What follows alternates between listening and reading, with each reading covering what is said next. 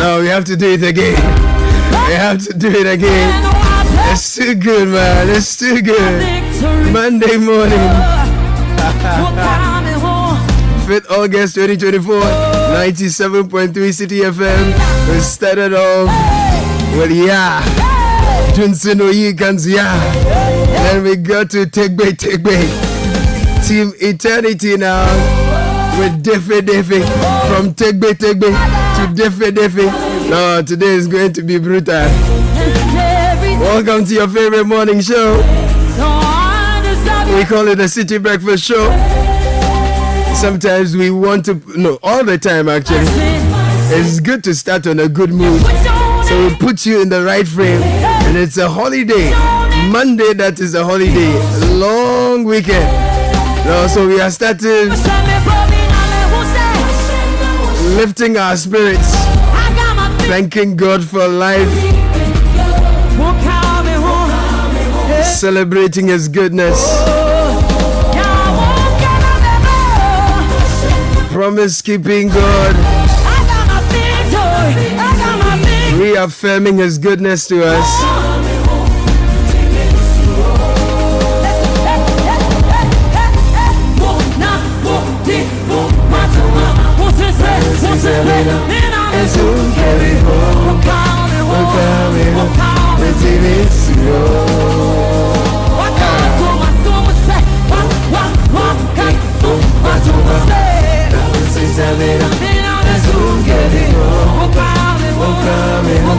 Yet though I walk through the valley of the shadows of death, I will fear no evil, for thou art with me. Thy rod and thy staff, they comfort me. Oh, you prepare a table before me in the presence of my enemies.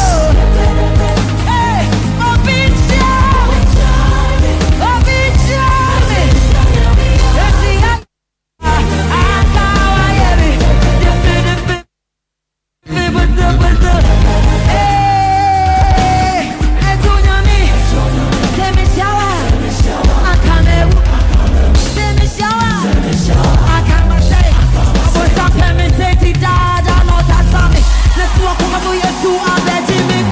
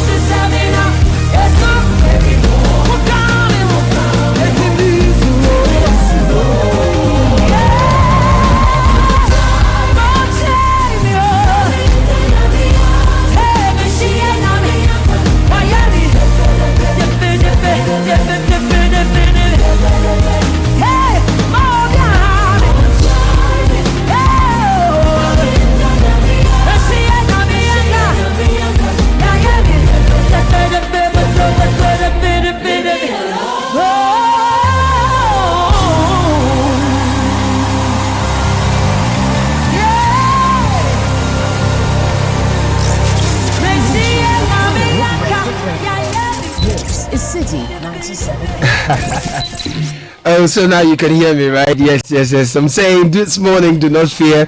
It's important to remind yourself of God's commitment to you in His Word, that He is with you, whether you walk through the valleys of the shadows of death. Whether the microphone decides not to come for a moment, we are not afraid, right? It's very important. It says, all who rage against you will surely be ashamed and disgraced. Those who oppose you will be as nothing and perish. Though you search for your enemies, you will not find them. Those who wage war against you will be as nothing at all. For I am the Lord your God, who takes hold of your right hand and says to you, do not fear, I will be with you. Do not be afraid, you Jacob, little Israel, do not fear, for I myself will help you, declares the Lord. Remind yourself of these promises of God for your life, and do not entertain fear. For every plan you have, for every vision, every dream you have, you can accomplish them. It's important to always create that atmosphere and environment for yourself where you believe, even though what you're going through doesn't point to a positive outcome. That's Business Sense for you this morning. It's brought to you by ADB. If you're a paid employee or salaried worker and you need a personal loan to resolve your financial issues, ADB is offering you a variety of personal loans, including top-up loans at significantly reduced interest rates. You will also enjoy a longer tenure of up to 6 years. This offer is open to non-customers as well. So kindly visit the nearest branch or call 0302-210-210 or 0302-224-043 for further inquiries. ADB is the People's Bank. ADB is truly a good can more. Oh, how I wish we could sing all day.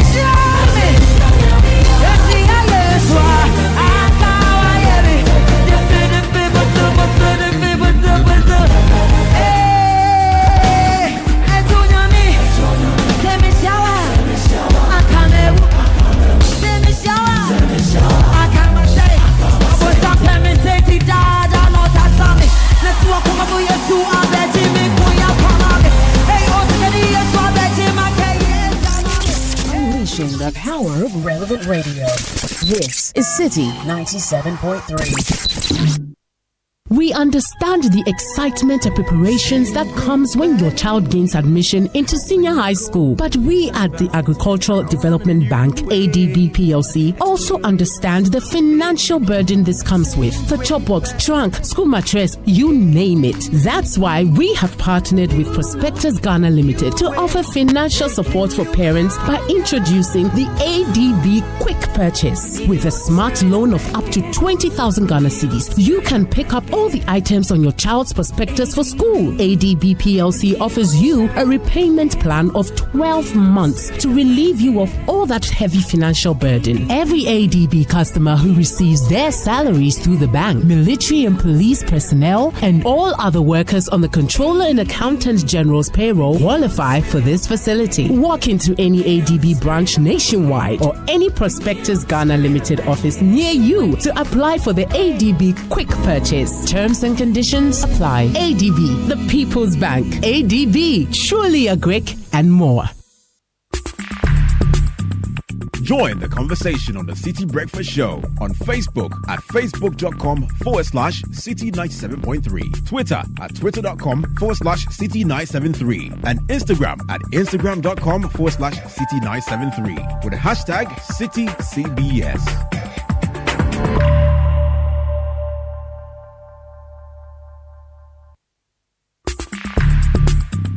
Join the conversation on the Citi Breakfast Show on Facebook at facebook.com/Citi97.3, Twitter at twitter.com/Citi973, and Instagram at instagram.com/Citi973 with the hashtag CitiCBS.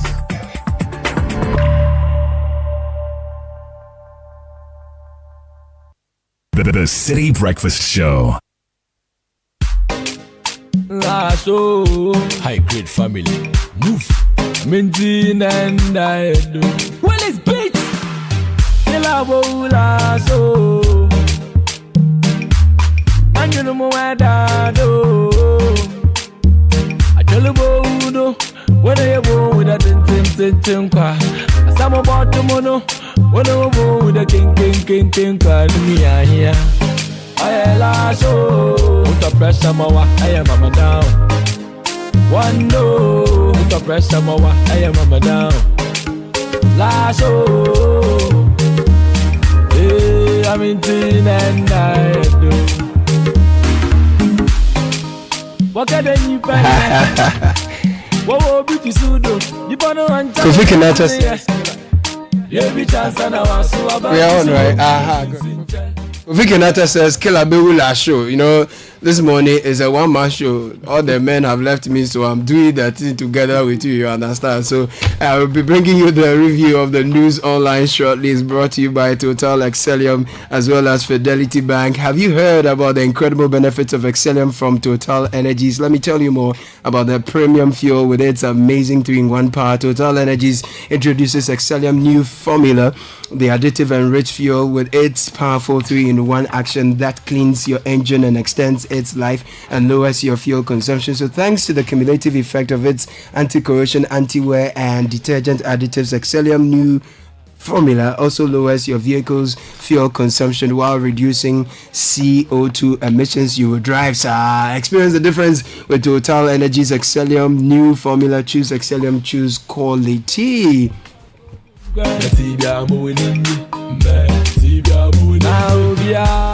Obia Mewula show, but are you ready to turn your dreams into reality? Don't just dream it, own it with a loan from Fidelity. If you're dreaming of a new house, own it with Fidelity Home Loan. If you're dreaming of a brand new car, think of the Fidelity Auto Loans. If you're dreaming of the latest phone, TV, fridge, furniture, laptop, or gaming console, own it with Fidelity Consumer Asset Finance. You're dreaming of expanding your business, make it a reality with a business loan. Fidelity Bank is offering flexible loans to businesses, salaried workers, and self-employed at competitive rates. Call us on 08000. That's 80,000 3355, or visit any of our branches nationwide today to turn your dream into reality with Fidelity Bank loan. Terms and conditions apply. Fidelity Bank, believe with us. So let's get into details of the stories online. We'll start with citinewsroom.com. Yes, thank you, Daniels Kwashi, who I'm here with us in the studio with. He's on the how do you call it, 10s and 2s or 3s and 2s or the 2s. Okay, so if you go to citinewsroom.com, CPP Akufo-Addo's statement on Nkrumah, an unfortunate gaffe. CPP is unhappy with President Akufo-Addo. Western Region, I will make a fair constituency and MPP stronghold. This is Buama speaking. In Boko, the National Security Minister receives 6 million Ghana cedis monthly to tackle crisis. This is Ayariga speaking. You'll be rewarded for your generosity. Vision for Ghana, Boko Naba to Mahama. Election 2024. Islam doesn't support lies. Reject Baumia's deceptive actions. This is Murutala. And Achimota land, UG staff, other residents vow to resist eviction by alleged private developer. We are told over the weekend there was a bulldozer that partly and wholly demolished some structures, and people aren't happy. They are saying they are going to resist any eviction attempt. And this is Mahama speaking. He says Akufo-Addo afraid to hand over power, fierce scrutiny over state capture. I reject completely that Ghana was founded by one man. This is President Akufo-Addo. All these stories on citinewsroom.com. If you go to my Joy Online this morning, the world knows Nkrumah founded Ghana. CPP rejects Akufo-Addo's Founders Day claim. And then, oh dear, Paris 2024, Azamati and Samino miss out on men's 100-meter final. The presidency is the headquarters of misinformation, Mahama tells Akufo-Addo. UG staff, local residents resist eviction from Achimota land by private developer. That story is here. National Road Safety Authority to conduct road safety audit amidst rising concerns. And also, girl 15 missing after leaving home for being punished. People are dying, yet we have not taken safety on our roads seriously. Here's a researcher speaking. And journalists covering Nigeria protests dodge bullets as police arrest nearly 700 people. Nigeria is on fire. The people are protesting. If I take you to BBC, there is some fire in the UK as well. And the UK is to hold top emergency meeting after widespread violence, hotel attacked and police injured in more clashes. And then there are live updates on Bangladesh on edge as deadly day of violence kills at least 90. Ukraine receive first F-16 fighter jet. Zelensky here. Russian dissident Kara-Murza tells BBC he thought he would die in prison. If I take you to allafrica.com for a good view of what's happening across the continent, deliberate famine spreads in Sudan as millions starve. This is the UN speaking. President Akufo-Addo has made it here. He says Akufo-Addo pledges smooth transition after Ghana's upcoming polls. Tear gas, curfew, mark and bad governance protests in Nigeria. WIA threatens to resist arrest of former Liberian officials, and Wagner mercenaries suffer heavy losses in Mali. Mpox cases surge in several African countries. Former Guinean leader found guilty of crimes against humanity. There is more on Al Jazeera this morning. Let me bring you some quickly. 80% of victims in Israeli attacks on Gaza schools are children, medics say. Comes with a very heartbreaking photo of a young boy, blood-stained face, sitting next to his mom who lies unconscious. Very heartbreaking photo here. And at least 90 people killed as Bangladesh protesters renew call for Hasina to quit. Paris Olympic USA's Fink sets new world record in men's 1,500 meter freestyle. So these are some of the stories making the headlines across the globe. There is some news on Asase as well. Let me bring you some. Ghana was not founded by one person. This is Akufo-Addo. And there's an article here. Akufo-Addo Baumia deserve commendation for drip. Winneba Market women choose Apenum marking over NDC's Jane. Let me start with citinewsroom.com. That story that sent tongues wagging over the weekend is here. I reject completely that Ghana was founded by one man. Akufo-Addo is here.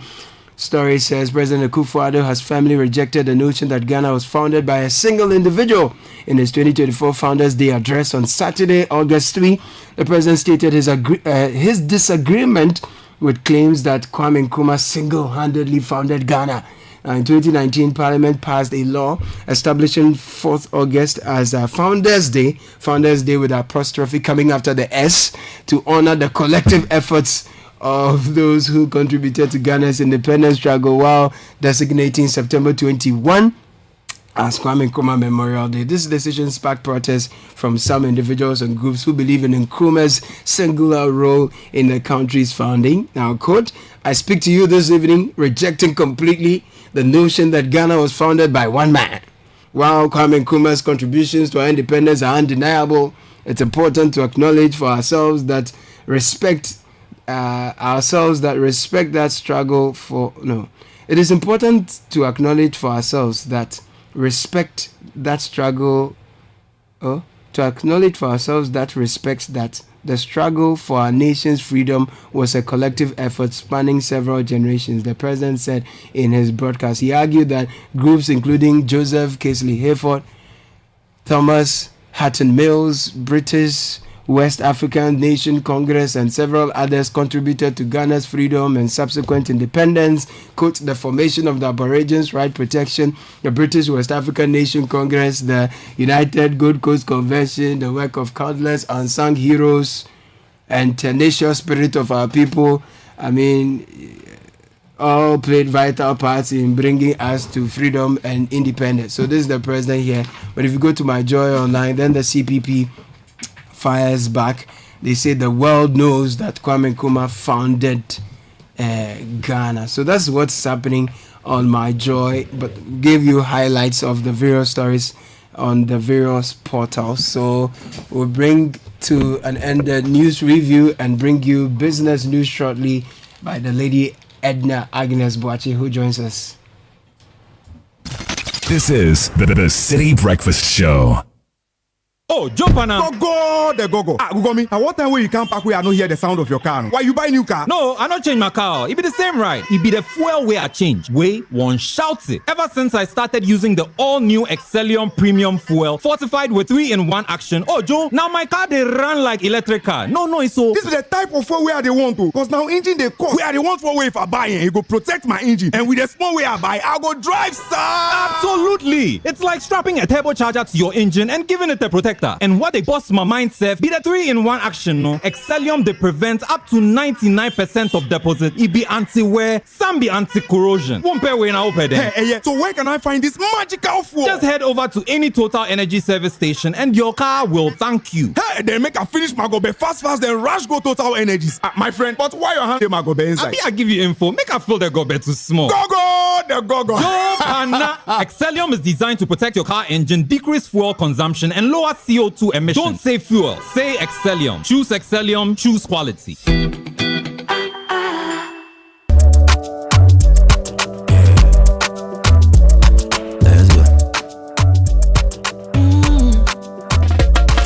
My body, when you wake up in the morning, and you know the money calling. Oh, you go work. But you know it's out your side. If I believe with us, if I hold my hand and believe, cause you know it's out your side. And when you dream, no say I did for you. And when you hustle every day, when you wanna go, anything you do, I did for you. If I believe I did your side. Fidelity. If I believe with us, fidelity. If I know I lay aside, fidelity. Unleashing the power of relevant radio.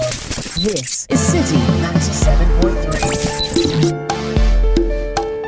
Jumping into the business news shortly, brought to you by Girl and Access Bank. Edna is here, but Girl says we are giving you good energy. It's hit the road with exciting choices to energize your vehicle. It's giving you more options to take you further. Watch this space for your choice. Girl, Yengara idea. Now, hello world, let's help you check your dream locations off your bucket list. Make your travel dreams a reality with Access Bank. Our aviation and hospitality desk is designed with you in mind. Let's help you book and pay for your ticket and secure travel insurance, whether it's a tropical escape or it's a visit to family. Access Bank has you covered. Avoid the hassle. Book your next flight with the Emirates, South African Airways, Air Peace or Africa World Airline through Access Bank. Our 55 branch network gives you convenience, easy payment and security. Also pay for your Qatar Airways flights with your Access Bank Visa card and enjoy up to 12% off. Visit africa.visa.com to register. Visit our website www.ghana.accessbankplc.com or call our toll-free number at 80,000-4400 for more information and assistance. Access Bank, more than banking. And Agnes Edna Boache is here with the business news. Good morning, Edna. Good morning, Kayla. How was your weekend? My weekend was great. How's your day? Very good. Nice. What's in the news this morning? Well, good morning and welcome to the breakfast edition of Citi Business News, proudly brought to you by MTN, Go and Access Bank. My name is Edna Agnes Boache. Coming up, Independent Power Producers Ghana expresses frustration over government delay in settling arrears owed them. Also coming up, government misses Treasury bill target for the fourth consecutive week. And later, tomato prices drop significantly at Agbobloshi markets, but retailers struggle to attract buyers. We'll tell you more.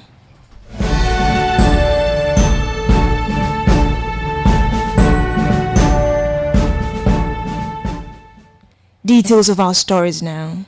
The Independent Power Producers Ghana is calling on government to expedite the disbursement of the arrears owed them. In a statement issued by the IPPs, the Chief Executive Officer, Dr. Elik Plema Petobo, bemoaned that despite the release of the third tranche of the cash over a month ago, there has been no demonstrable commitment or action taken towards disbursing funds to them. The IPPs also note that the continuous delay is becoming unbearable and frustrating, as it has significantly hindered the conclusion of the already prolonged renegotiations regarding the settlement of legacy arrears. Away from that, for the fourth consecutive week, government has fallen short of its treasury bills target, missing the mark by over 559 million Ghana cedis, as liquidity remains tight on the money market. There is more in the following Business Desk report.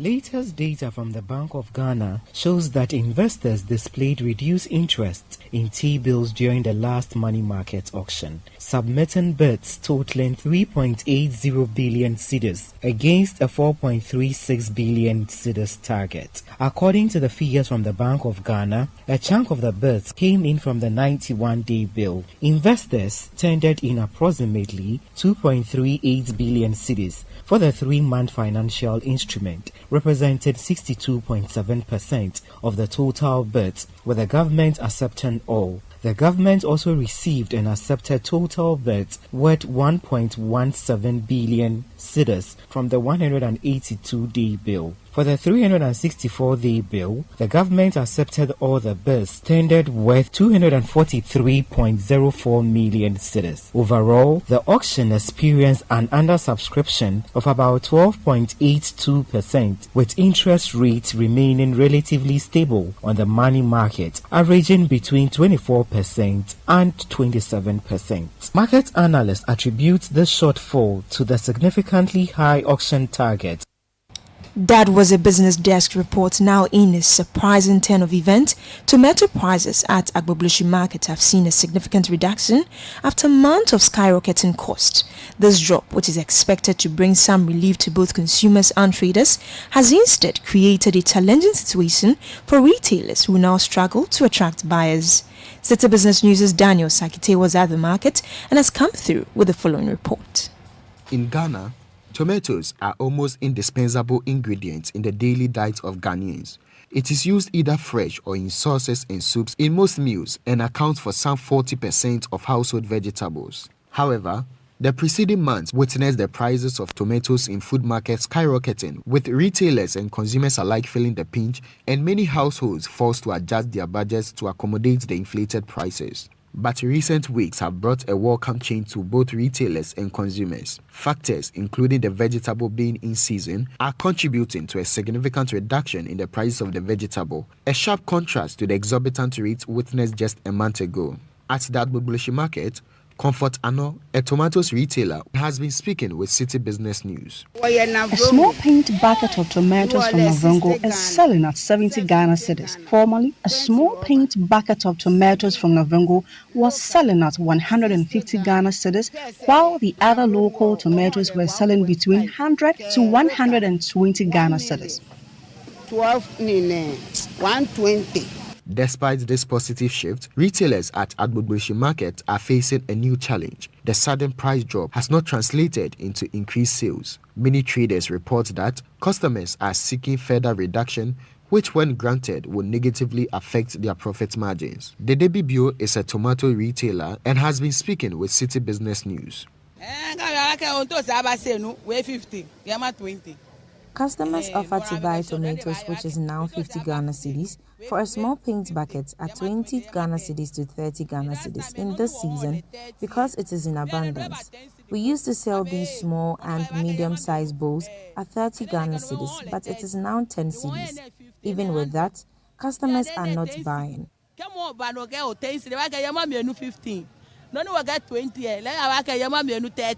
For customers, the reduction in the prices of tomatoes is relieving them of financial pressures in purchasing the vegetable. They anticipate further reduction in the coming months. Normally when the price comes down, I used to come and buy it at 33, 43. Then it will be because the place are from coming buying here. It's far from here. When the transport will come high, you see the things all will come high. And the transport will, and the tomatoes will be high. So that's when the price come down or when the fuel come down, then everything will be okay for us. With large quantities of tomatoes at risk of being spoiled, the urgency to sell has never been higher. For some retailers of tomatoes, government must endeavor to ensure an all-year-round tomato farming to reduce the high prices recorded during certain months, as well as invest in factories to process raw tomatoes. That was a report filed by Citi Business News' Daniel Sakite. Now customers of the defunct Gold Coast Fund Management are threatening to reorganize their demonstration if government fails to honor its promise of paying their locked-up investment by the end of August. The group suspended a planned demonstration scheduled in Kumasi today after assurances from the Finance Minister, Dr. Mohamed Amin Adam. Over 5,000 of the aggrieved customers were expected to converge in Kumasi for a mass protest to drum home their demand for the government to pay their locked-up investments. Speaking to Citi Business News, the convener for customers of defunct Gold Coast Fund Management, Charles Nyame, said they will recall their members for the demonstration if they do not receive payment by the agreed time.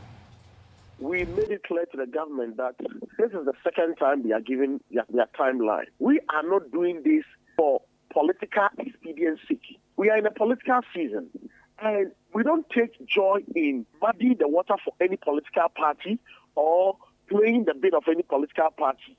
We need the money. So if the government has come forward to tell us, oh wait, give me this time, let me pay, this is the second time, we have to agree. And we made it clear to them that this is the last chance that we are giving them, this is the last opportunity that they have from us. If they fail to do as they have said, there is no way we will enter into any agreement or negotiation with them.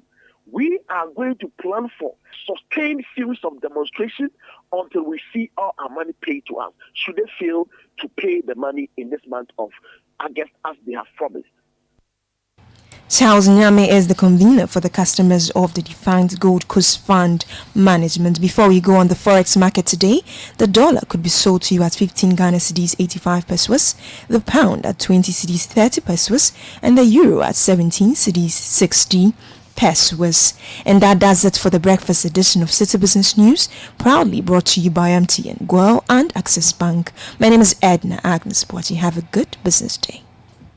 Beautiful people, we are live in town, soaking in the excitement about the partnership between Access Bank and PABS, revolutionizing the way people move money across Africa. Let's hear directly from those reaping the benefits. It's a relief. Anytime I send money back home, my family receives exactly what I send them, instantly. I'm studying in Ghana, but originally from Nigeria. With this service, my parents send my school and hostel fees directly, and they do it with so much ease. I run a fashion business. Let me tell you, sending and receiving money across Africa without those annoying forex fees has really cut down our operational costs. Benefit from instant payments across Africa with zero foreign exchange hassle. Visit our website www.ghana.accessbankplc.com or call our toll free on 0800 00 4400 for all your cross-border payments. Pass it with Access Bank. Access Bank, more than banking. Join the conversation on the Citi Breakfast Show on Facebook at facebook.com/Citi97.3, Twitter at twitter.com/Citi973, and Instagram at instagram.com/Citi973 with the hashtag CitiCBS. The Citi Breakfast Show. Rise above the noise. Yo, turn it up, Gazi, turn it up. Bim, bim. Oh, that rhythm, yeah, sweet. So that you go mad up the Christmas and beyond. You know, see, so tell all the girl them fi come join up. Hey, DJ, me say that tune ya eat. It's like way from every street. Every top girl want it. Tap up on top, me I give them that one and them. Me say that tune ya eat. It's like way from every street. Every top girl want it. I tap up on top, me I give them gas in the wall. That tune ya mad up. Inna the Gaza, inna the gully, it turn up. And I hands up thirst, them a give me thumb up. Head concussion, go and tell Russian. I Ghana me band man a African boy. You see me and the girl them na bother ask why. And me them a rate me na lock up no blind. Loud them fi come get a ride. The rhythm a bad. Make them get busy. Necessary evil, can't refuse it. Boom bang in the party. Pull up, pull up, pull up, pull up, pull up. It's a holiday edition of the Citi Breakfast Show. Stone Boy, he's called Livingston Echeseteka. This morning we are doing our own combination in the studio. The console is giving us a good time, and we intend to enjoy it. So pull up. We'll bring you a kickoff shortly, and we'll have a very great show this morning. It's a holiday edition, so we're taking a buckle. Just pull up, and let's have a good time. So kickoff was brought to you by Lesheho. If you're ready to power up your finances and unlock your path to prosperity, you're ready to watch your investments grow with confidence, the Lesheho Fixed Deposit Solution is your best option. With Lesheho's Fixed Deposit Solution, you are not just investing, you're making your money work harder for you so you can watch your wealth grow. Don't settle for average returns. Join the investment revolution with our Fixed Deposit Solution and take charge of your financial future. Call us now 02700 40799 or send us a WhatsApp on 02700407333 to learn more. The clock is ticking. Don't miss out on this incredible opportunity. Invest wisely, invest with Lesheho. Lesheho, let's improve life. Kickoff is also brought to us by Zonda. In a world where dreams are the driving force, one company stands out as the company of transformation. I'm talking about Zonda Ghana Limited, your one-stop shop for quality trucks like Shantui, bulldozers, excavators, graders, payloaders, rollers, and TX trucks and oil tanks, all made and assembled right here in Ghana. At Zonda Ghana Limited, we do not only create opportunities and empower people, but we also provide top-notch after-sales services for all your heavy and light-duty trucks and machinery needs. Visit us today at any of our 7 branches around the country and also at the head office of the Tema Aflao Road, close to the Free Zones Enclave Tema. Call us on 0501 772222 or 0501 773333. Zonda, built in Ghana, building Ghana.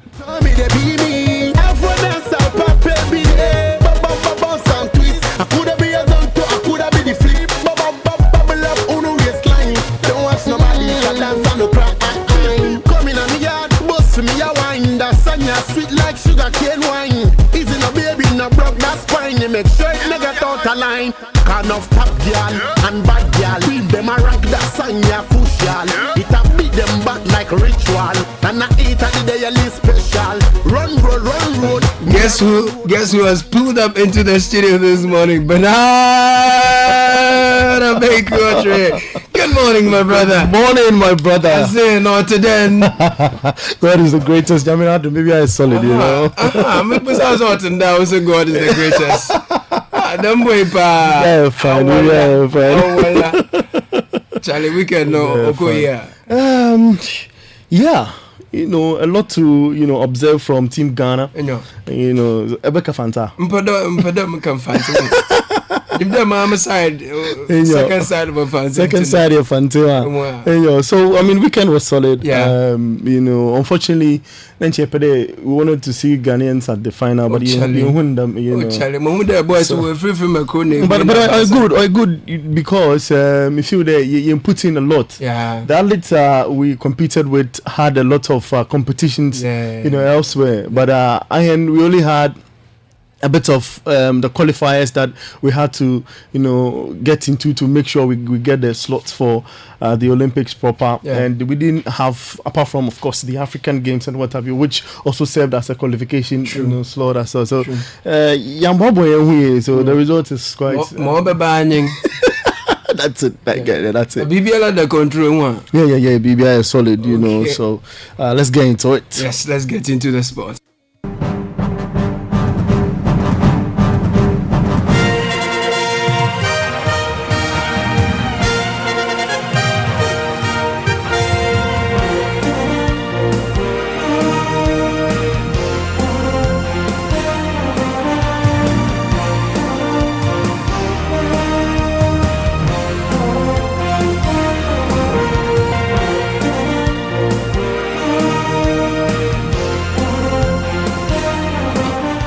All right, let's get into it. And U.S. sprint star Noah Lyles, his winning streak was only 100 meters as he was able to, make himself super proud by 0.05 of seconds, by competing against Jamaica's Keshawn Thompson in a dramatic photo fashion.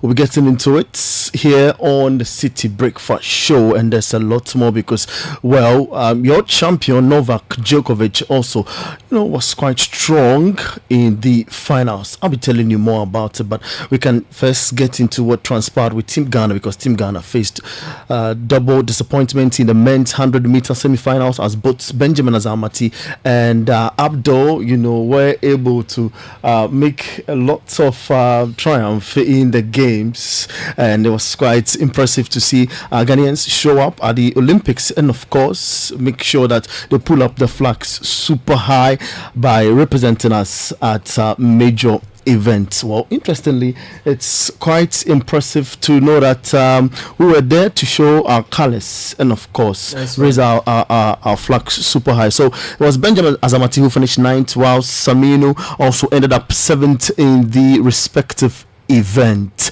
Well, we stay with the finals of the 100 meters in America's Noah Lyles won the 100 meters title by 0.05 of a second from Jamaica's Keshawn Thompson in a dramatic photo fashion. That's at the Stade de France last night. Well, there was a bit of a shock in the games. Wow, some Great Britain's Daryl Nater, Diana Asher-Smith and Bianca Williams reached the semi-finals of the women's 200 meters at Paris 2024 after world champion Sharika Jackson withdrew. Nater finished an astonishing 0.04 of a second off the 100-meter podium in 5th on Saturday as St. Lucia's Julian Alfred won gold. In the high jump event, thousands of Ukrainians watched on YouTube as high jumper Yaroslav Mahushek won gold for the country, as she was forced to fly super high and celebrated with two teammates who are also who also made out at the Olympics. The likes of Aina shared bronze in the high jump event together with Australia's Eleanor Peterson. In tennis, Novak Djokovic beat Carlos Alcaraz in thrilling fashion to secure a long-awaited Olympic title and complete the career gold in slam. Djokovic, who has won a men's record 24 majors, and swept up every title in tennis, finally clinched Olympic gold at his 5th games. Well, here in Ghana, Kumasi Asante Kotoko has announced the mutual departure of defender Mohamed Nuruddin, who joined the club on a 3-year contract ahead of the 2023-2024 football season. Also hold a position with the Ghana Health Service as a practicing enrolled nurse. In the transfers in Europe, or AC Milan have offered a £12.8 million, that's some 15 million euros plus add-ons to sign Tottenham's Emerson Royal. It is claimed negotiations remained at the final stage, with the Serie A side working to get a deal for the Brazilian finally done in the coming days. So former Arsenal winger Nicolas Pepe has joined Villarreal on a 2-year deal. The 29-year-old, who joined the Gunners in August 2019 for a then club record of £72 million, has moved to the La Liga side on a free transfer from Turkish outfit Trouser Sport. Now, that'll be your sports this morning. For more sports stories, log on to citysportsonline.com or join us later on at 5 p.m. for the very latest in the world of sports. Thanks to Shell, Lecheho, and Zonda. I am Bernard Abeko. Sports is life. You get involved.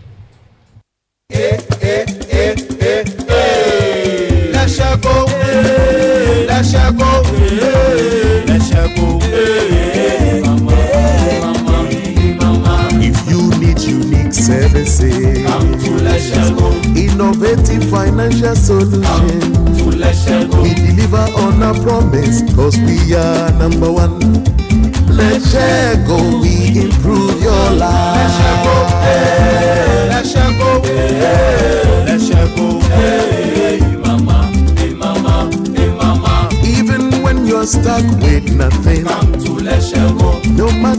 situation.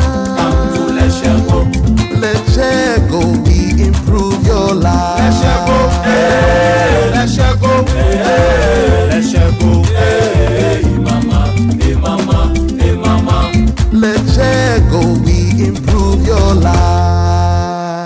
Guys, Charlie, you know that mining contract I've been chasing for years. I just got awarded the deal. But the issue is where to get the right and quality heavy duty trucks to execute this job here in Ghana. Relax, my guy. Remember my recent construction deal at Pokwase? Zonda sorted me out. Zonda? What? Who is that? Zonda Tech Ghana Limited is your one-stop shop for machinery, heavy and light duty trucks, and pickups. They have the Shantui bulldozers, graders, payloaders, rollers, poor pickups, 4-land light trucks, TX trucks, and oil tanks. Made and assembled right here in Ghana with top-notch after-sale service and standard prices.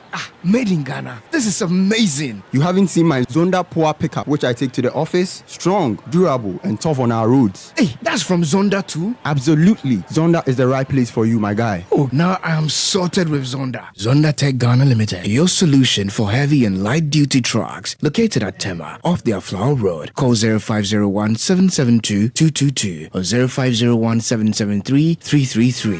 Zonda, built in Ghana, building Ghana. Join the conversation on the Citi Breakfast Show on Facebook at facebook.com/Citi97.3, Twitter at twitter.com/Citi973, and Instagram at instagram.com/Citi973 with the hashtag CitiCBS.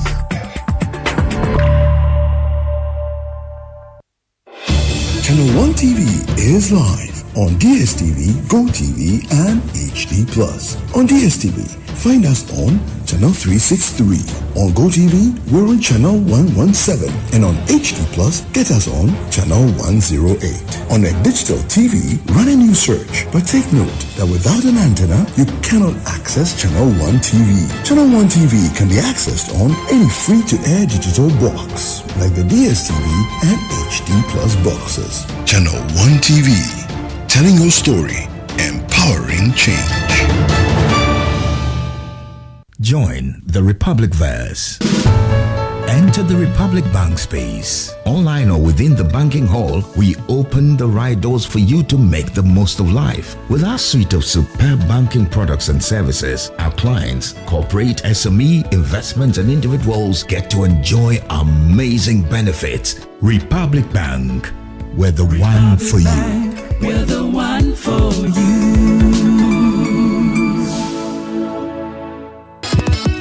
The grand finale of the Literacy Challenge 2024 is here. Congratulations to our top 10 finalists. But the big question is, who out of our top 10 wins the ultimate prize of 10,000 Ghana cedis, the Glitzy Trophy, and the bragging rights as the Literacy Challenge winner for 2024? Support your favorite student, support your school, and let's promote literacy in Ghana. Tune in live to Channel 1 TV for the grand finale on Saturday, 17th August 2024 at 12 noon. Call 0205-973-973 for more details. The Literacy Challenge 2024 is powered by Citi FM, supported by Channel 1 TV, and is sponsored by Ghana National Gas Company, Alive Soap. Feel fresh, feel alive. From the House of Wilma Africa Limited. Fortune spread for bread. Yummy, delicious, always on point. Another quality product from Wilma Africa Limited. Ribby Biscuits by M4 Foods and Prospectus Ghana Limited. Your one-stop shop for all school items.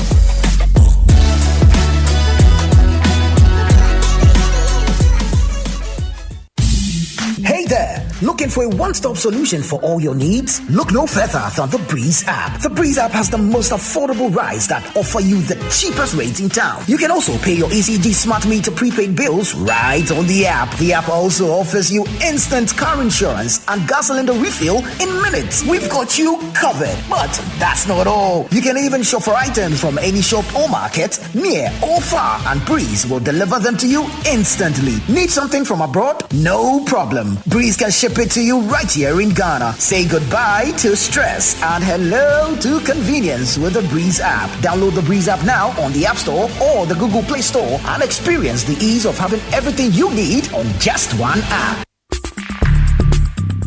Join the conversation on the Citi Breakfast Show on Facebook at facebook.com/Citi97.3, Twitter at twitter.com/Citi973, and Instagram at instagram.com/Citi973 with the hashtag CitiCBS. The Citi Breakfast Show. Rise above the noise.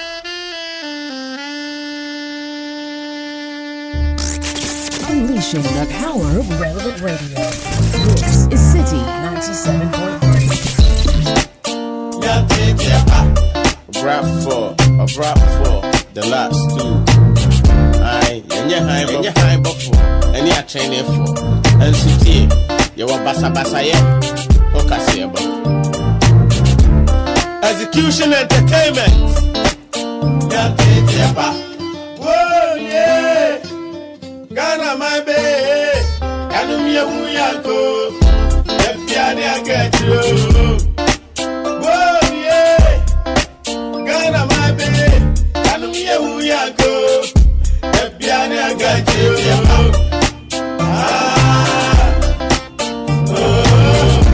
And yet, dear, better be here. And family, I am here.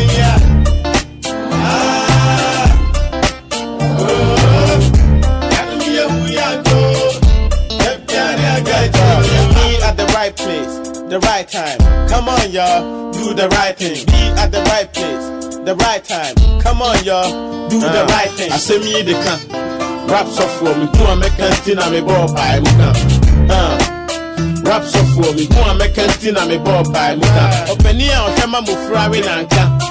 Nanka, Refua, Okaho, Omayimu, Ketashe, Foya, Akuka, Wapayoni Musemfo, and what they say about 31 after 7, and our Bravo calls this one into Tiapa. Indeed, I see Tiapa, very important. We have to be conscientious citizens and selfless leaders. That's very important.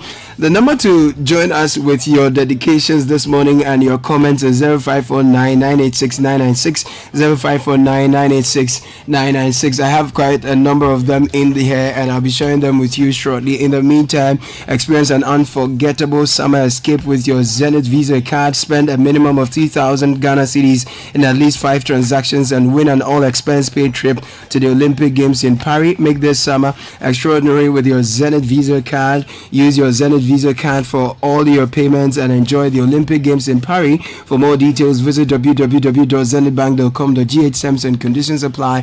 Zenith Bank, certainly in your best interest.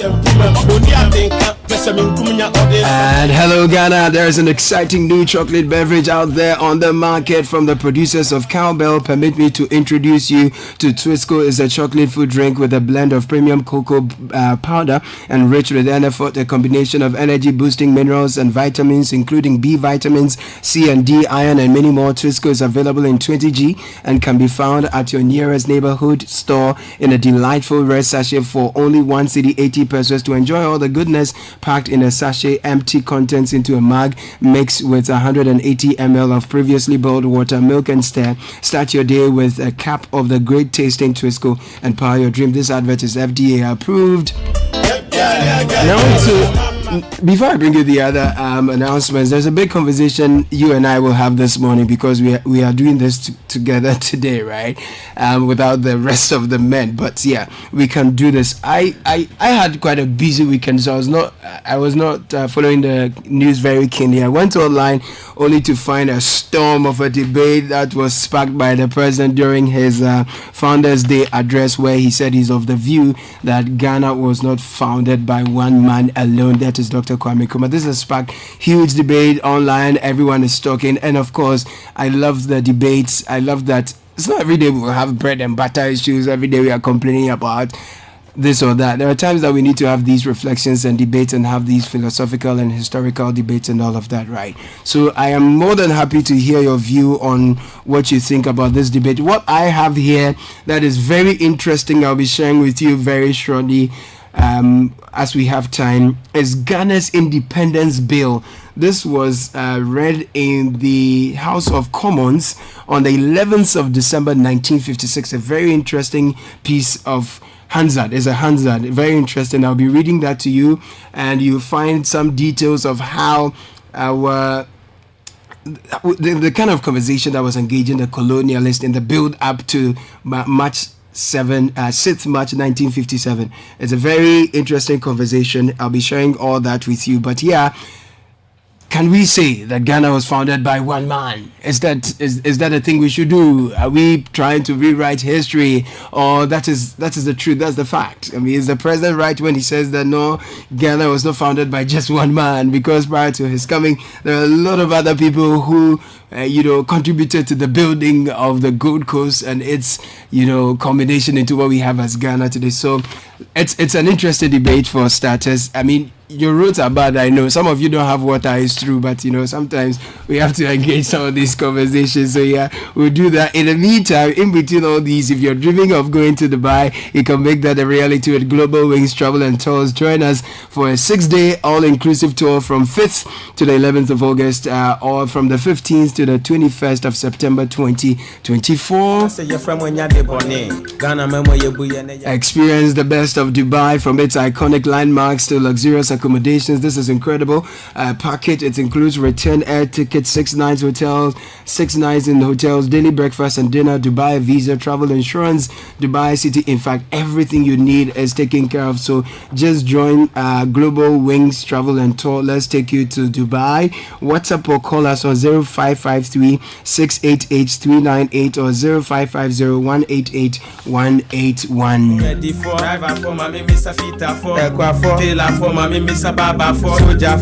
In the meantime, whose birthday is it today? Who would you want to celebrate? We're happy to highlight them for you. One is in here. Happy birthday to my beautiful daughter Emanuela Larry Lawal. Grow in wisdom, knowledge, and the fear of God. This is from your dad, Reverend Lawrence Larry Lawal. 5th August you were born on the 5th of August 2002. Happy birthday to beautiful daughter of Reverend Dr. Lawrence Larry Lawal. Your name is Emanuela. God bless you is the message. And guess whose 62nd wedding anniversary this is? I'm talking about Mr. and Mrs. Jacob Kofi van der Poy. Mr. and Mrs. Jacob Kofi van der Poy. They say to God be all the glory. Proverbs 22:4. The reward for humility and the fear of the Lord is riches and honor and life. And they say this verse can be interpreted to mean that humility and the fear of the Lord can lead to rewards such as life, honor, and trusting God more than yourself. So happy 62nd anniversary.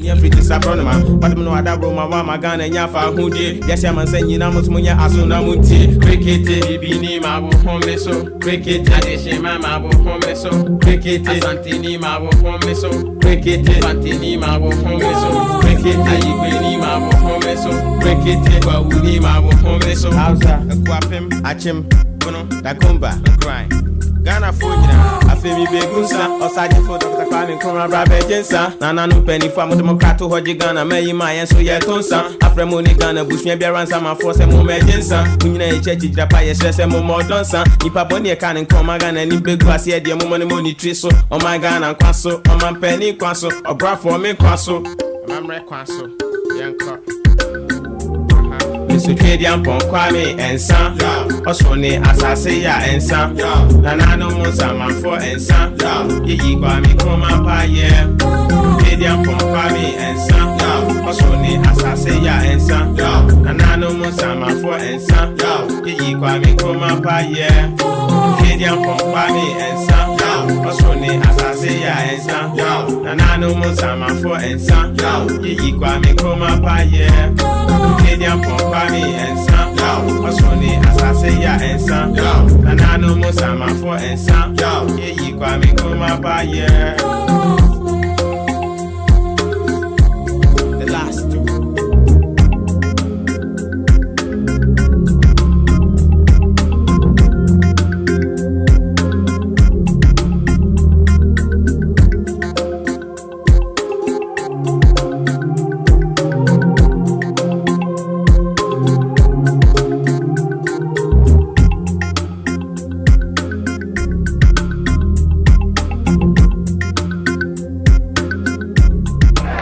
long last, the battle has ended. Episode again.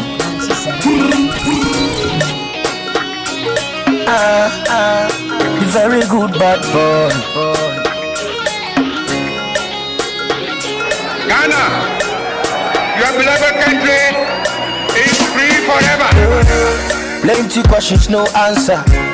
How come we dey sell the contracts? Biggie lifestyle, small paper. It make you celebrate the shuffle for counter. We get eyes but can't see. Bribery and corruption. Our leaders he take it but don't give. So make a ask, Kuma, where you dey? No be you talk say my beloved country is free forever, but still we dey suffer. In Kuma, where you dey? You know be you talk say my beloved country is free forever, but your people still dey suffer. Yeah, yeah, yeah. Wahala dey, where the money go dey. Wahala dey, where the money go dey. Monday morning, Monday suffer, just to eat some bread and butter. Things they spoil, we know they bother. You they use $4 million just for soccer. Cause big man go taking car. This kind of things I know they bad. Them say the year of return it be like the Westman for colonials. We again before we wise up. Welcome to Ghana. When you see TV by force you for Roger. The church it and the business center. Sell a sticker to protect me by the preacher get the bouncer. Ask where them day? Our missing children, where them day? The Takra they can see where them day. Me I'm not afraid to say Kuma, where you day? No be you talk say my beloved country is free forever, but still we dey suffer. And Kuma, where you dey? Where you dey? I'm not sure where he is, but you know be you. That's a song. Country is free. So, VW Ghana is excited to announce its 40k promo campaign. For every T-Cross subcompact crossover SUV purchase, save 40,000 Ghana cedis. For every Amarok pickup purchase, you save another 40,000 Ghana cedis. So take advantage. Drive Ghana, drive Volkswagen. Hurry while stocks last. T's and C's apply. For more information about our range of models, Virtus, T-Cross, T1, Allspace, Terramount, and the Amarok pickup, call or WhatsApp VW Ghana on 02579566888. Richard Delaska is in the building. Hey, my man. Good morning. Good morning. It's a holiday, people. So you're taking it easy. Yeah, the holiday it happened earlier. Yes, but because it fall on the weekend. They are pushing forward. Yes. So that we get to enjoy everything. Allah. Yes, it's more like a bank holiday. I love it. It's a good have you in the UK, when a holiday falls in between, they try and bring it to some weekend side. Yeah, so that everything not that you like you be working on the Wednesdays, the holiday, then you go back Thursday, Friday. Yeah, put everything together. I think we should do that going forward. It was a good thing. It's a good one. This one, the only time you move it forward is when it falls on the weekend. Yes. But then when it falls during the working days, they just let it be. We should push it to the Friday. Yeah, that's right. So that Friday everybody will start the holiday. Yes. We should pass the Bank Holidays Act. It's a good one. Yes. I love it. Maybe I should draft it. I go do. How's everything though? Oh, I'm cool. Oh, good. I had quite a busy weekend. Yeah. A lot was going on, so it was later last night I tuned in to watch and listen to what was going on. I discovered that there was some hot debate brewing. Okay. Everywhere was hot. Mm-hmm. Fellow Ghanaians had spoken, and he said that he rejects the idea that one man founded Ghana. Okay. And there's been a lot of debates. I went last night reading online, Okay. Went to look at some House of Commons Hansards prior to our independence, to understand what the politicians at the time were saying, to also know how that can feed into the debate and perspective and all of it. So that's how my weekend has been. Oh, I see. Then you did a lot of academic work. It's quite interesting. Oh, I see. That's interesting. How was yours? Were you watching Olympics, or you were with the children, or you went to the village, or you went to Almina? No. You know, I'm still a student. Right? Oh, okay. Yeah, so I have been working hard, on some academic papers. And AI papers or something. Yes, and then also doing, some other things. So you're doing Galamsey. Well, no, lawyers don't do Galamsey. Okay. You are either helping a client or When you help, they don't pay you. Well, you don't have people know you, so they say, if they say, they arrested my uncle, please, we want you at the police station, and you go. And when you finish helping, they say, God bless you. God bless you. God bless you. And that's the end of the story. That is so they will call you the next morning at dawn and say, but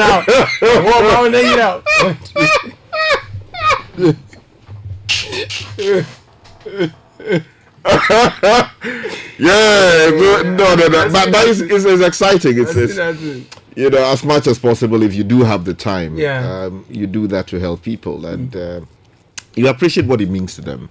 Especially when they bring a delegation, then following morning with a flower, two of them red oil zoomy. Say, our lawyer, if you did help us, where will we pass? But I also watched the speech live. Okay. Even as I was reading and writing what I was working on, I paused a little bit to listen to the president. What the president was saying. I think basically what it is that, look, Ghanaians disagree on who did what, and people are entitled to say that the UP tradition did not play active part in what came to be independent the day it was achieved, because of letters that were written, things that were said, and all of that. And so because Nkrumah and his loyalists made it possible and made all the advocacy for it immediately, then that will be the basis for recognizing Nkrumah as the founder. But if you listen to the president carefully, he decided to take it all the way back to 1844, and the significance of the 4th of August, and then is it the 4th of August, if my memory serves me correctly? Yes. And then also what happened that day, what happened so many years later in the Central Region, when the forebears of our people decided that they were founding a political movement that was to play a huge part in what became the struggle for independence and all of that. So, I mean, from that viewpoint, you can argue that, well, I mean, you can give it to him. He's entitled to his opinion. The president expressed an opinion. Yes. We are not all expected to have the same view. And that's the beauty of the democracy. That's the view. That the president can say what he feels strongly about, and then people can also push back and argue and say that's otherwise. Right. So it doesn't mean that we should pick up arms against each other. We should fight each other. He is expressing view, and that view is to be seen within the context of where he comes from. He from Chebi and the UP tradition, the UP tradition and NPP and they take the view that, look, Nkrumah is not what we say he is or he was. People who believe in Nkrumah also believe that these guys were the people who undermined the whole essence of the struggle for immediate independence because they wanted it in a progressive way. So regardless of where you stand, the fact is, as we speak, we are an independent nation, or so we have been made to believe. And so the requirements of that, the things we need to do to progress our country, those are the things that should engage our attention. It is not a question of what somebody did, over 60 years ago, or somebody did not do. Well, what are we doing with the independence? Are we living up to the dream of our forefathers? Is that what we are living up to? Nkrumah in his speech talked about what? That's why that is what should engage our attention. That's why I am excited to have this piece of hands on, because a lot of those in House of Commons, they are MPs, right? Yep. So some of the MPs expressed misgivings. They felt that allowing Ghana independence at the time was a reckless decision, because some of them had traveled to the Gold Coast at the time. They had been to the north, been to some parts of the hinterlands, and they felt that development in the south hadn't caught up with those of the north yet. Explaining why Nkrumah instituted exactly, and they thought that Nkrumah's decision to speed up the independence fight was a reckless one, and then some also thought that no, they felt that the Gold Coast was of age, that we had proven that we could, when given the opportunity, do well for ourselves, and then also what we were doing portend some some hope for the rest of Africa and the other colonies that the UK had. And so, very interesting debate, truthfully, because some of them thought that once we won independence, then the administrators who were whites here would have relocated and things would be amiss, because they felt that there were too many illiterate people in Gold Coast at the time. That's the argument, right? And then cocoa prices had fallen around that time. The economy wasn't doing so well. And also when we gained independence, they would have taken us off the Commonwealth Development Fund, which was to give us about £350,000 for some projects. And there were arguments that, look, when we give them independence, let us finish the projects we have started. But thereafter, we have to wash our hands off Gold Coast and leave them to manage their own things. Look, the point so is interesting that, things. The point is that the British people exploited us for too long. They did. They were basically looting our resources and using those to build their country and other, territories that they had control over as of that time.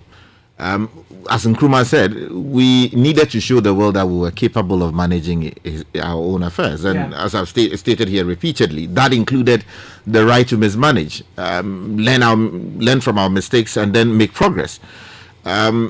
We could not stay in that servitude any longer. And it did not matter whether we were capable or not capable of feeding ourselves or developing our country.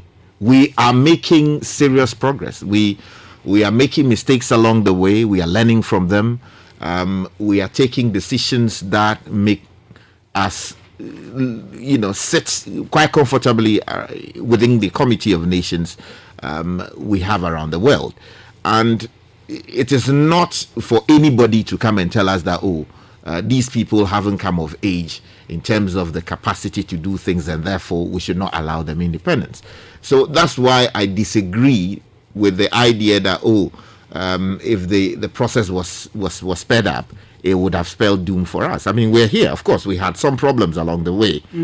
Nkrumah overthrown, the military came in, stayed in for quite a long time before we returned to, independence, democratic rule. The military came back again, and then ultimately we've decided to stabilize the ship for some time, and then the military came back again, democratic rule came back, and here we are. 30 years on, we're still, enjoying the fruits of democracy, although the promises of democracy are failing us big time. What I'm saying is that the Brits did not get it right just from the word go. They had their own problems with Rome, and ultimately decided to rebel, and it took quite a lot of years for them to get to where they are today. The Americans also, when they decided to rebel against, the British Empire, it was not an easy thing. It took them a lot of bloody fight to ultimately sever their ties with the Brits, and then also establish, a democracy, which they have built for over 200, 300 years now. So we will make our mistakes, we'll learn lessons, and we will make progress. But the idea that we have reduced everything to who did what and who did not do what, instead of focusing on what it means to be independent and how to actualize the dreams of our people, that for me is a great disservice to the memory of those who fought for independence, even if we don't remember some of the efforts. Because there was the argument that at a time where our economy is in such dire straits, if you had an opportunity to address the people on a day that's to mark the efforts of our forebears, your tone and your choice of subject for discussion should be one that is reconciliatory, one that brings people together and helps us, remind us of our strengths and sort of drive people towards what's ahead, especially as you have just about 6 months to exit the high office. Remind people of where we have come from, let people know how resilient they've been, how hardworking they are, how their contributions have helped the economy even stay afloat despite the difficult times we have been through, part of which is due to some reckless decisions that your government as superintendent over. So some people think that at this time where the price of yam is costly and egg prices are going up, fuel prices are going up and all of that thing, times are hard. This is not the time for you to come and stir debate over whether or not someone single-handedly is founder or someone else is. So there is that, which is also up for debate and is good. It's all well and good. But let me bring you, I have the voice of the president. So let's just bring you, it's 5 minutes, right? Oh, it's 9. Good. Yeah. Let's bring you the president's speech over the weekend, and then we'll bring you some more conversation. Are we going to do tech and social media today? It's a holiday, my brother. So we will take it easy. Let me just acknowledge First Bank Ghana and Telecel. They usually bring us tech and social media trends. The biggest dream starts small. So this long vacation, enroll your children or wards on the First Bank Ghana Junior Internship Program from July 15 to September 15, 2024. Enable them gain valuable work experience. All you need to do is to sign up for your children. Sign them up, your children award for the Kids First account if they are below 12 and the Me First account if they are between 13 to 17. You make an initial deposit of 300 Ghana cedis in their account and you apply for the First Bank Ghana Junior Internship Program. Your child award will experience 5 exciting days of internship at any of our branches and get to participate in an essay writing competition where if they emerge top 3, they get to win a prize. So find out more about the First Bank Ghana Junior Internship Program. Please call 0596-921-921. Email firstsolutions@firstbankgroup.com. First Bank Ghana, you first. Now, are you ready to be the next millionaire in town? Telecel More Money promo is getting exciting. 2 lucky winners have been rewarded 30,000 Ghana cedis each this week at Medina and a half in the weekly draw. So what are you waiting for? 1 million Ghana cedis is up for grabs. Simply reload your mobile using your Telecel cash wallet and be part of the daily and weekly draw where you could win up to 30,000 Ghana cedis each. Purchase data or airtime using Telecel cash wallet and double your chances of making. Double your chances, please. If you make payments onto your fixed broadband, that also gives you a chance to be the next millionaire. Dial star 500 hash or send WIN to 500 or visit the Telecel app. Telecel Play app and get onto this for free. This promotion is regulated by Telecel. Is regulated by the NLA on the Caritas Lottery platform. Telecel, connecting energy. It's free forever. First Bank Ghana, yes, brought you that earlier. So First Bank Ghana and Telecel bring you tech and social media trends. And what's trending this week, really? What's making the trends online is the president's speech. So that's what we're going to bring you. So stay tuned. We'll listen to the president. We'll go back to the debate. We'll take some of your voices and read you some facts and continue the conversation from the station. President speaking. We will be celebrating Founders Day, a day that holds great significance for our nation. As we reflect on our journey as a people, it is imperative that we acknowledge the events of August 4th, which have indelibly shaped our history and our identity. On that day, 127 years ago, in 1897, during the heyday of British colonialism, the Aborigines Rights Protection Society, ARPS, was formed at Cape Coast. This monumental event marked the beginning of a conscious and organized effort to preserve the rights of indigenous Ghanaians against the depredations of colonialism. The Aborigines Rights Protection Society laid the basis for the political awakening of our people, advocating for land rights and pushing back against the oppressive policies of the British colonial administration. Their courage and vision set the stage for future movements that will strive for greater autonomy and self-determination. The formation of the Aborigines Rights Protection Society was both a reaction to the immediate threats posed by colonialism and a proactive effort to ensure that the rights and dignity of our people were safeguarded. The Society's enlightened leaders, Jacob Say, Joseph Keister-Hayford, John Mensah Saba, Kwabena Sekyi, J.W. de Graaf Johnson, and J.P. Brown, amongst others, understood that the land was not merely a resource, but also the very essence of our identity and culture.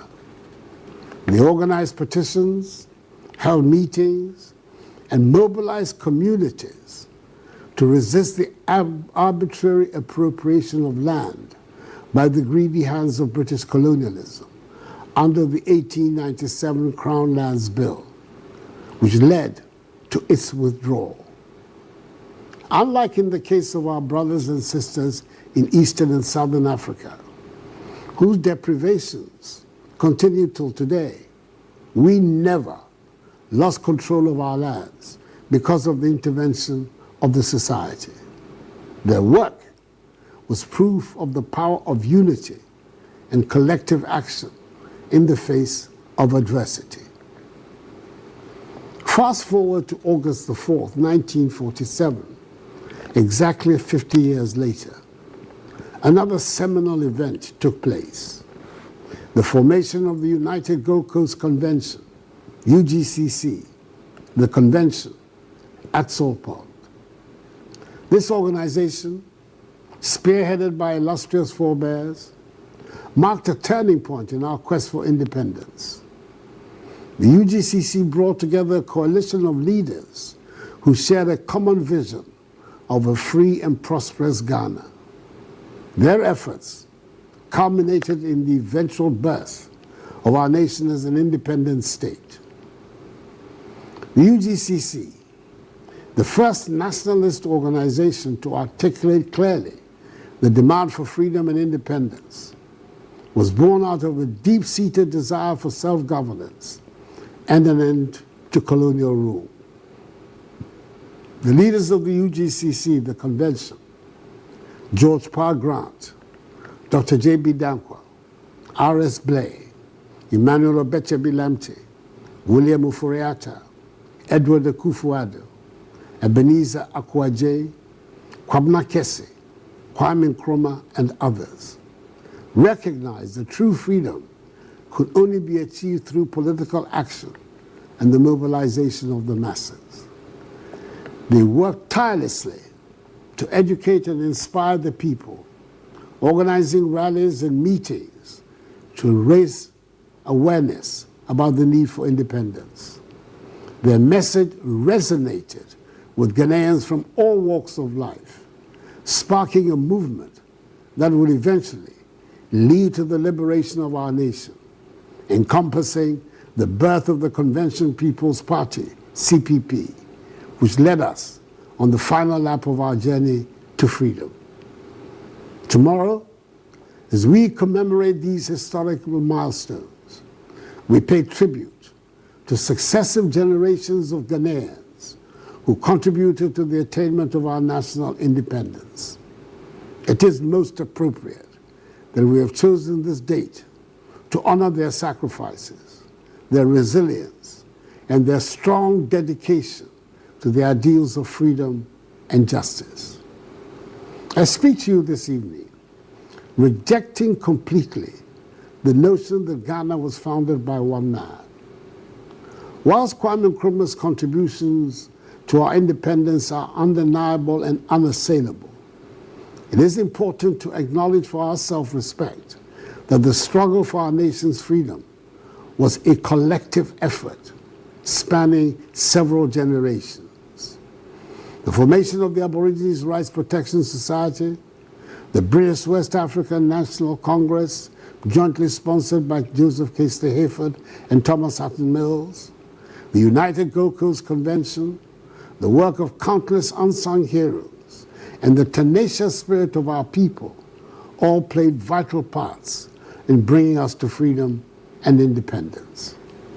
Kwame Nkrumah, with his charismatic visionary leadership, was undoubtedly a major actor in the final lap of our journey to independence. And that is why, despite the several unfortunate things that happened after independence under his watch, Parliament in 2019 decided to memorialize his date of birth as Kwame Nkrumah Memorial Day, the only Ghanaian so far to be so honored in our history. His ability to galvanize the masses and articulate a clear vision for a free Ghana inspired many. However, it is essential to recognize that Kwame Nkrumah stood on the shoulders of past leaders. The groundwork laid by the Aborigines Rights Protection Society, the British West African National Congress, the United Gold Coast Convention, and many other organizations and individuals provided the foundation upon which Kwame Nkrumah built the Convention People's Party, CPP. And indeed, that is why he was careful to associate the name of his new party with that of the convention. The contributions of the leaders before him were instrumental, as is natural in the continuum of history, in shaping the political landscape that facilitated Kwame Nkrumah's rise to prominence. Even though comparisons may be invidious, it is worth recalling that George Washington, the victorious general of America's War of Independence from British colonial rule, and the first president of the United States of America, is not described as the founder of the United States. The accolade of the founding fathers is reserved to the group of 56 persons who assembled at the Philadelphia Convention of the Continental Congress to write and promulgate the Constitution of the United States of America. August 4th is a day that should remind us of the values that have guided us through the years: respect for the rule of law, observance of human rights, including individual freedom, and the pursuit of a free democratic society. These values are a reflection of the vision of those who founded the Ghanaian nation and have been crucial in shaping our national character. The sacrifices of our forebears have given us the open society we enjoy today. We are a democratic nation, governed on the basis of the separation of powers by the rule of law and respect for human rights. The Fourth Republic has proven to be the most enduring because it is the republic, above all, that arguably has given the fullest expression to the aspirations of the men and women who gathered in Salt Pond on that fateful day in 1947.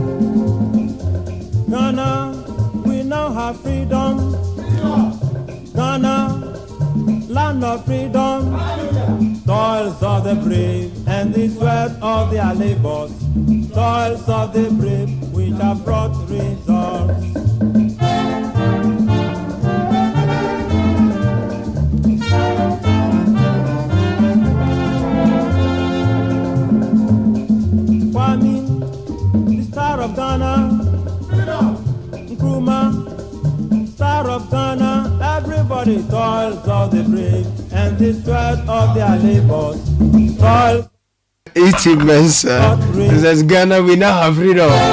Kwame, the star of Africa. No, I'm getting it wrong there. But that was the president.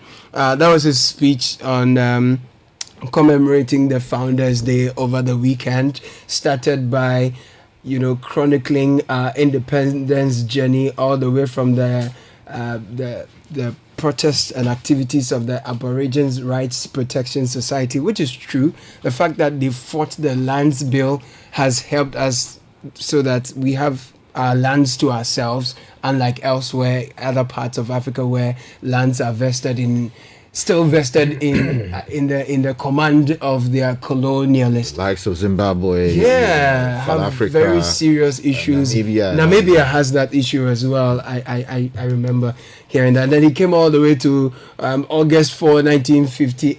August 4, during when UGCC also was established as a party.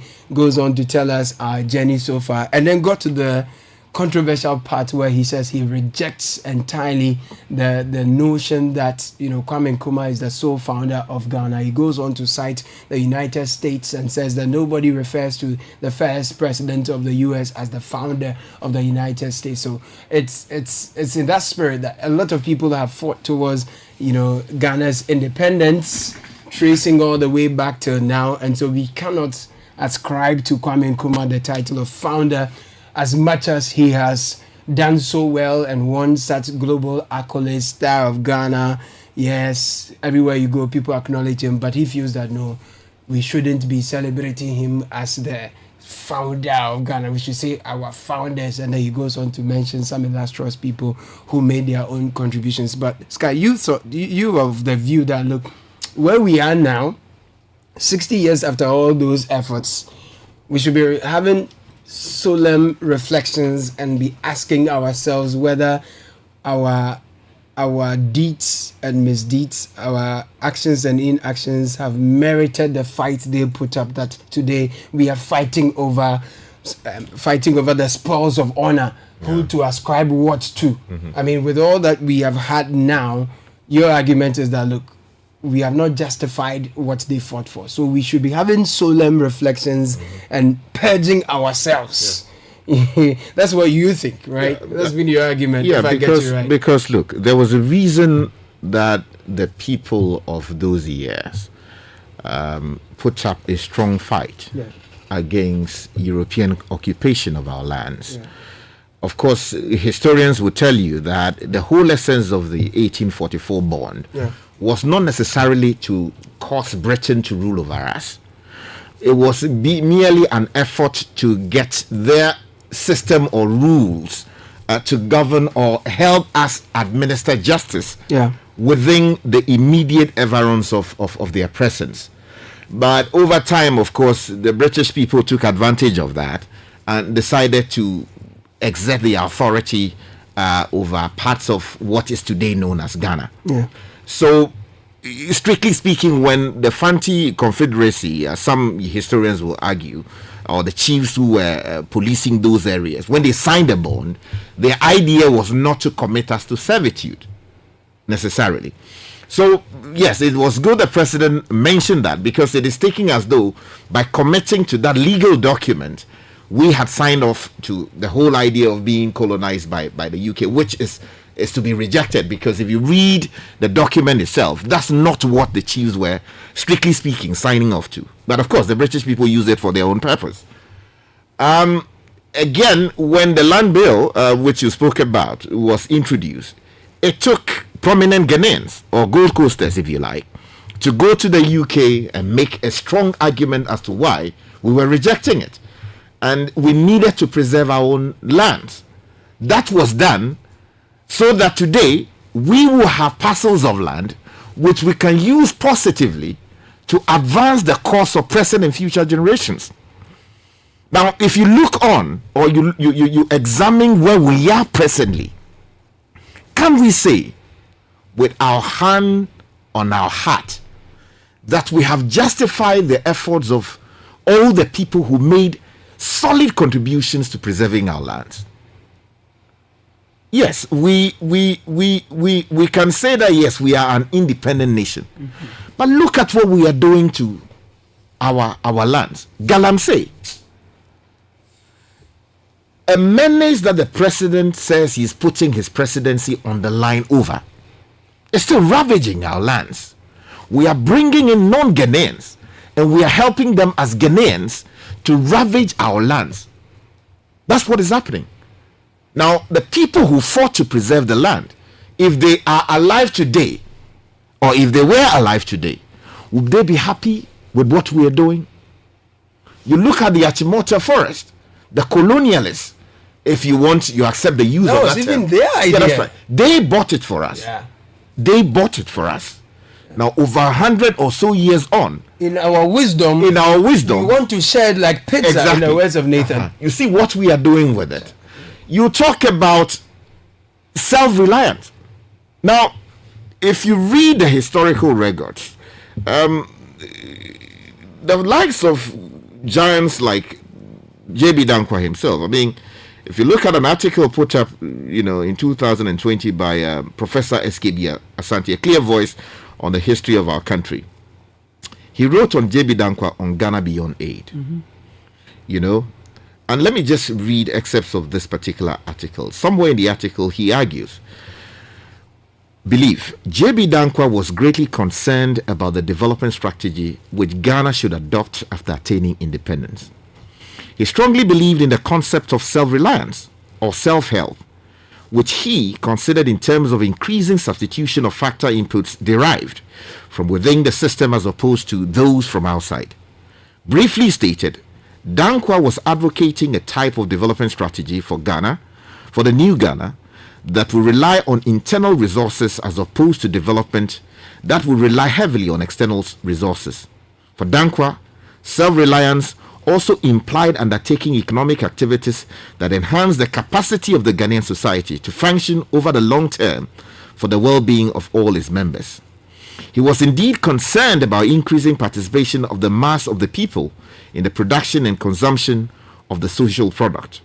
Self-reliance also meant for Dankwa developing in the individual as well as the society such attitudes as the will to succeed in life through productive labor, to experiment, to be resourceful, and to conquer new frontiers.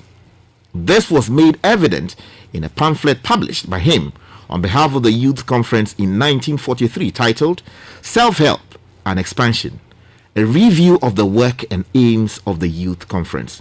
He advocated the launch of a national fund to be used in providing national education and in awarding scholarships to scholars, as well as to teachers, industrialists, farmers, and other workers to, quote and unquote, go abroad and learn and handle the tools and come back to the country to be pioneers in the total and complete industrialization of their country's resources, including, of course, mines.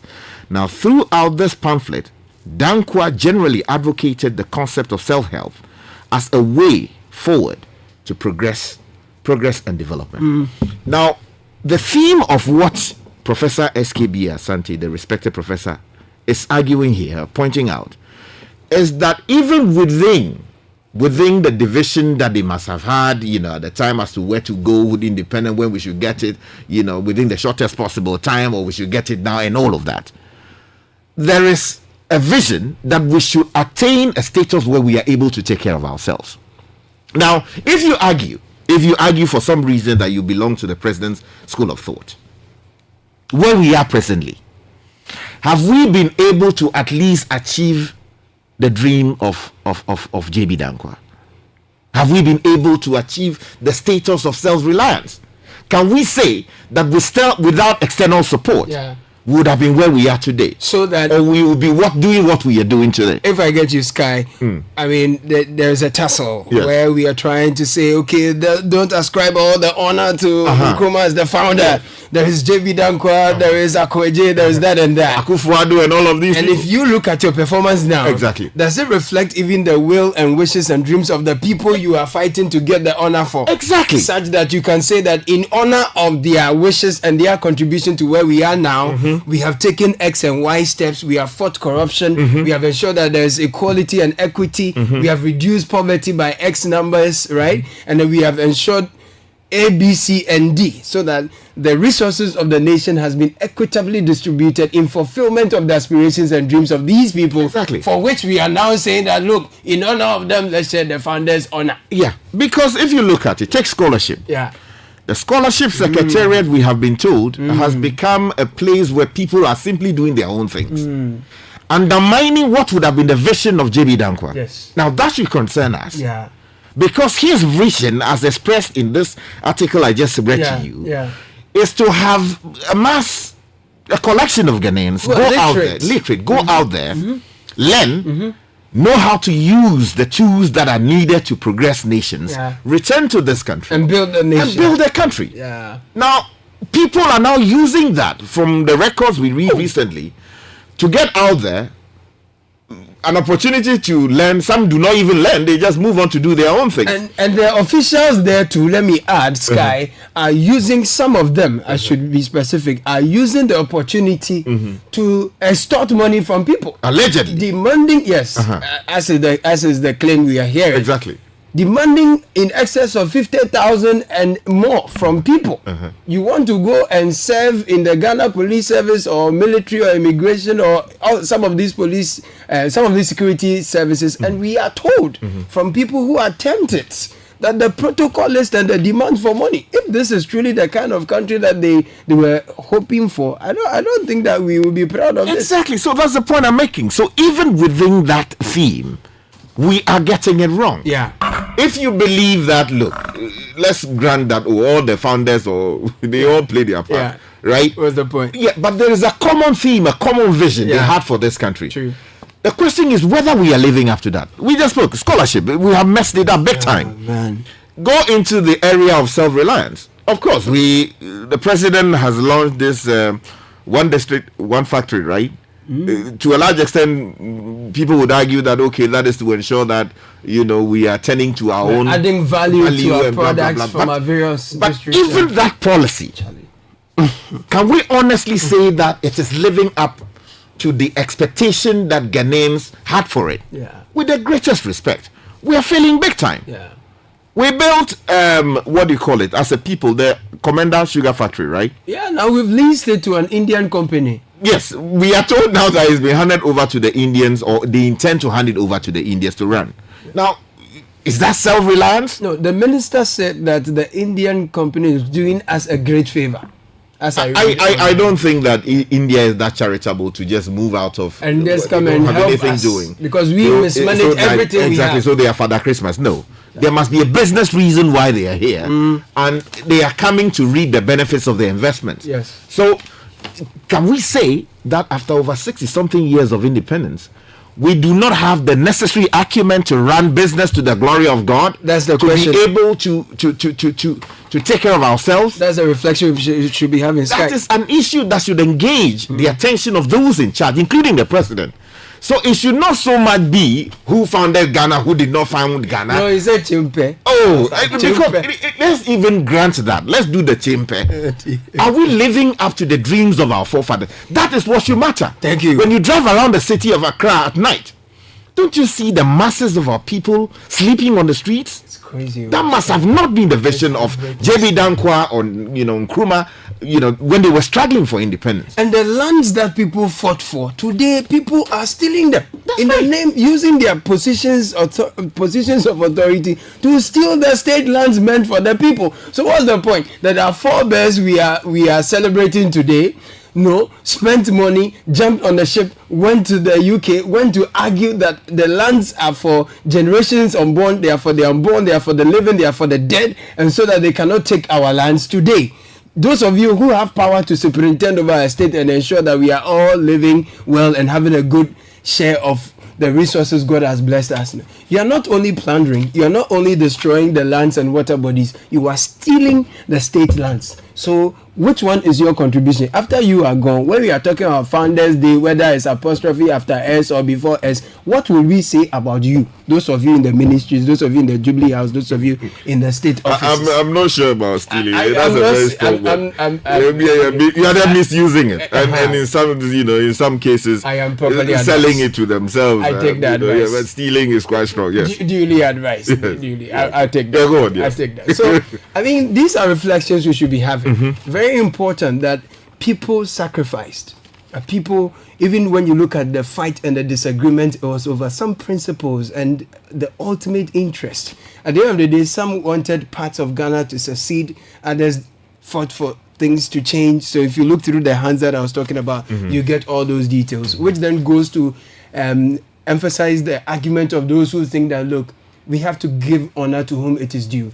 If you wanted Ghana to succeed, right? You wanted the northern part, you wanted the middle belt to succeed and all of that, and that wasn't granted. And someone pushed. Today we have Ghana in its present form. Yes, of course, everyone fought, everyone played a role. The market women also played a role. The children, the youth, of this world, the Atikos of this world. They all played a role. But if you're looking at the current state of Ghana now as it is, and the fact that we didn't succeed, and the fact that someone played a leading role, that if you were looking for a mascot to represent what we have now, then clearly it is cast in the mood of the job that Kwame Nkrumah did. So give him that reference. But the conversation also is bigger as we are having it, that we are reflecting on what they stood for, what they fought for, and how we as stewards are we carrying the torch forward of their legacy are accounting for what they have fought for us, which is the conversation we are having. Please send your thoughts. We are happy to have them. 0549 986 986 0549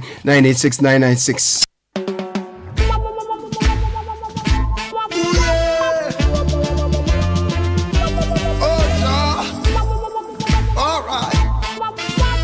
Buju Bunting, country for sale. Country for sale. Apply within. Now Google tell me what I want. I hear them say. Lots of messages. It's 25 after 8.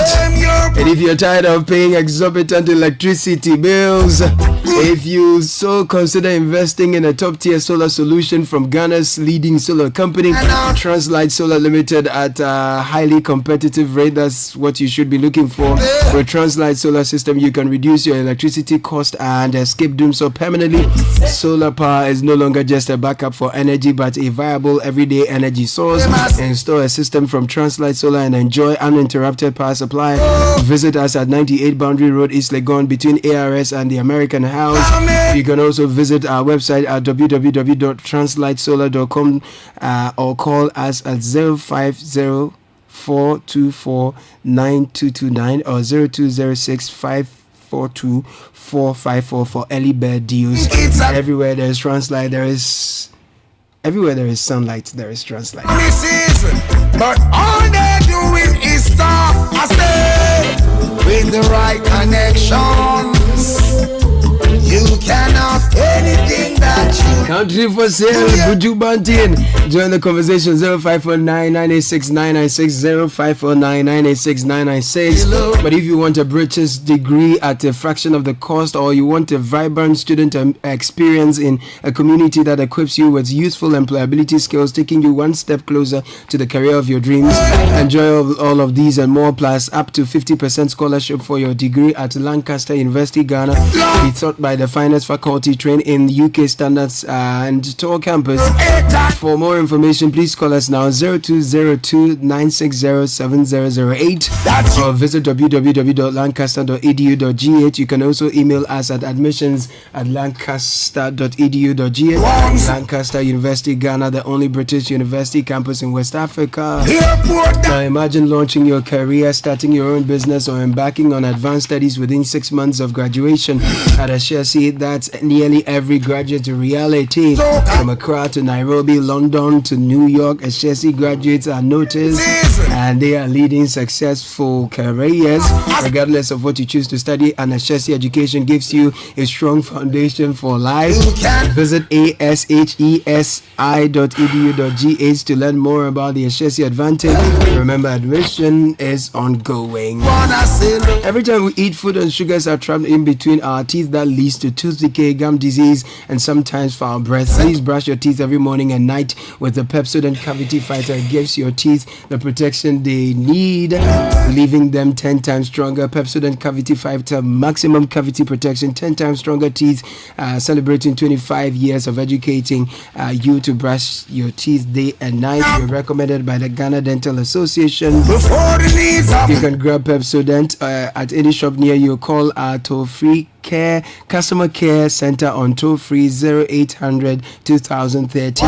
Always remember to brush your teeth in the morning and before you go to bed. Pepsodent, every smile matters. Filler. Come close to your radio set for the gist of the year. Did you know that your energy-giving, great-tasting Lucozade has a new look? Whether you're out and about in the office, in school, or even in trotro, and you need to restore your energy, look out for the now sleeker, slimmer Lucozade Original 330 ml can with the same energy that you've known for years.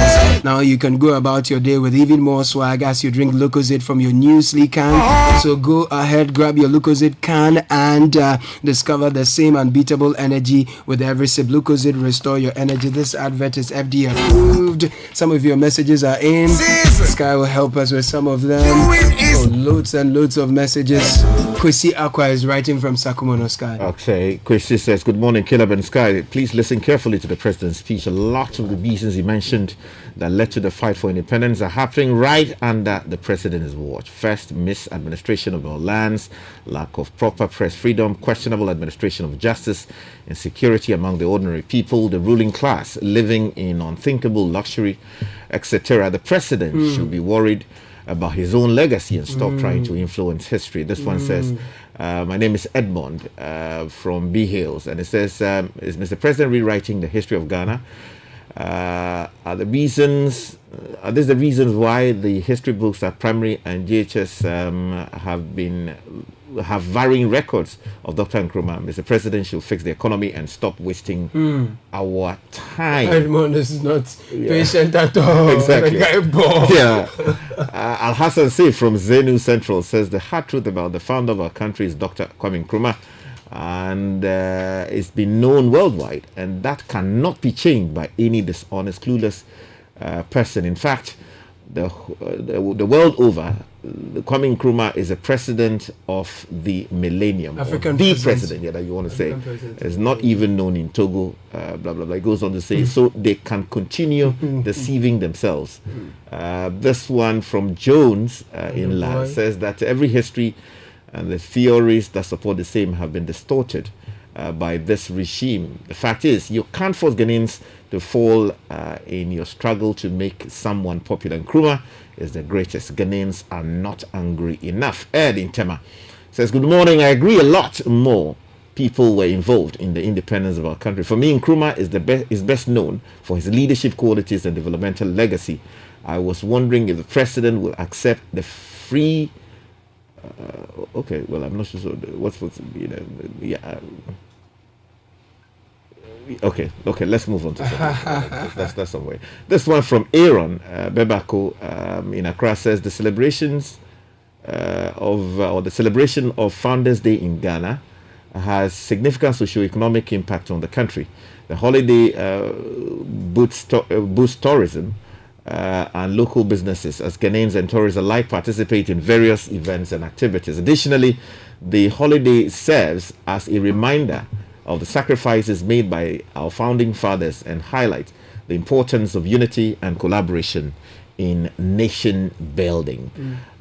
More comments coming in 0549986996. Green from Bochwe says that, good morning, guys. I think what the president said concerning the founder of Ghana was right. Right. Only one person cannot, you're saying, be given the credit of being the founder of the country. It was a collective effort, you argue. Jesse from Sakumono says this morning, good morning, City team. In my opinion, we should have been left to enjoy our holiday, whatever the designation without the speech. To me, it was unnecessary. What was the point in talking about Agenda 111 in Free Senior High School in a so-called Founder Day speech? It was politics at best. This was a hello, greetings, Team City. Long live Osajefo, Dr. Kwame Nkrumah. Well, yes, so those are some of your views. 0549986996. And to make the point, look, as I've stated, I think what should concern us is now that we have our independence. What do we do with it? What are we doing with it? Where do we go from here? And what we are doing, the things we are doing, are they in keeping with the dreams of our forefathers, regardless of who crossed the line, who took us to cross the line, or who pushed? And because if you want to look at it that way, then even the Makala women who took part in the efforts and the struggle would have to be, part of the struggle. You can't reduce it to the big six, because even the question of how they came to be together in the space they were arrested in is an entirely different matter. The Sergeant Atipo of Anyako and, they also must be named as part of... I don't think that all of that is necessary. There was a struggle. Yes, Ajete and Co. I mean, who, if you go to the crossroads, we have very little regard for him, the area. It's, some Sakopio statute like that. So, look, I don't think all of that is necessary. The question is, now that we have independence, what are we doing with it? Can we truly say that we are living up to the dreams of our forefathers, and that if they were alive today, they would be proud of our efforts? I think that should engage our attention. And where we are as a country presently, is that what you should concern us? We've been to IMF. We are back to the IMF, begging us to support us with all kinds of conditions, and we're having to kowtow because we don't have anything to feed our people. The Chinese are taking advantage of us. The Americans are also doing their part. They're also taking advantage of all our so-called Western partners are doing their part to preserve their national interest. What are we Ghanaians doing to preserve our national interest? It is not enough to say that, what do you call it? Ghana beyond aid. Are we truly beyond aid? I don't remember the last time I heard that. No, that thing has been forgotten, you will see. So, with the greatest respect, I think we are at a place where serious efforts need to be made. We must all be called to come together to be able to move the ship of state forward, as opposed to comments that divide all of us, and then we do not have any sense of direction or purpose as to where we are going. Because where we are, if you have 50% of the people pulling us back and 50% attempting to push us forward, we will not go anywhere. And I think that we should do much better than this ding dong. It doesn't help anybody. It doesn't help us, because the kids in my village, Adafianu, what they want is the Ghana that works for them, regardless of where they are. They should be able to get to the top without having to struggle. The way many people have struggled to at least germinate. It is too frustrating. That should engage the attention of the president. Now that you talk about this, come Wednesday, 7 p.m. on Channel 1 TV. What's happening? We'll show you Beyond Borders. Allah, Rwanda again, huh? No, this is the we are flying from Ghana to where? We're showing you the trip, the journey as the Alupre take off. That's what the Alupre take off. We don't have Ghana Airways, so we're in Rwanda Air. We're in that. Even Rwanda has an airline. Rwanda has an airline, bro. Really, that is functional. Yes. Really? Yes. And Ghana doesn't have it. No, we don't. We take the chopper, and the chopper we have disintegrated. We use the wood to do firewood to cook kenke. It's very. The Ghana Airways of somebody can't do commission. There's nobody telling us that here. You have to do the fire. Even the choppers we couldn't probably manage. Choppers have no video. No, but on Wednesday's episode. Wait. You mean the chopper they do for behind the shelf filling station? They've been through genocide. They have airline. Olympic. Proper. That's working. Ethiopia airline. Proper one. If you are going somewhere, you see the flights, you see the aircraft, you say, what is going on here? So even the chopper, we know if you manage. I'm telling you that Ghanaian experts. I'm going to have breakfast. Ghanaian experts had helped their aviation industry for it to take off.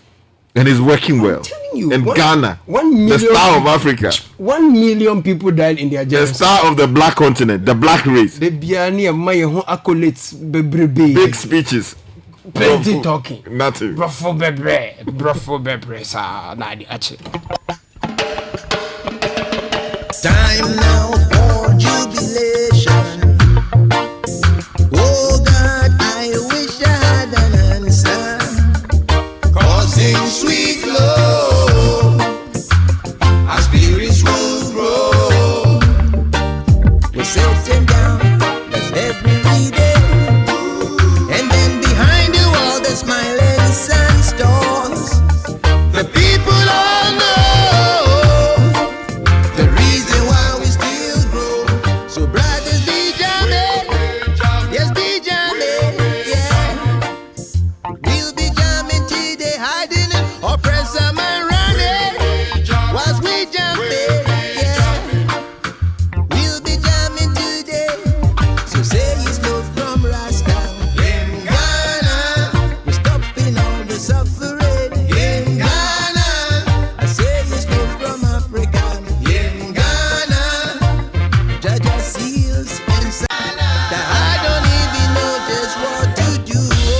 Oppressor man running.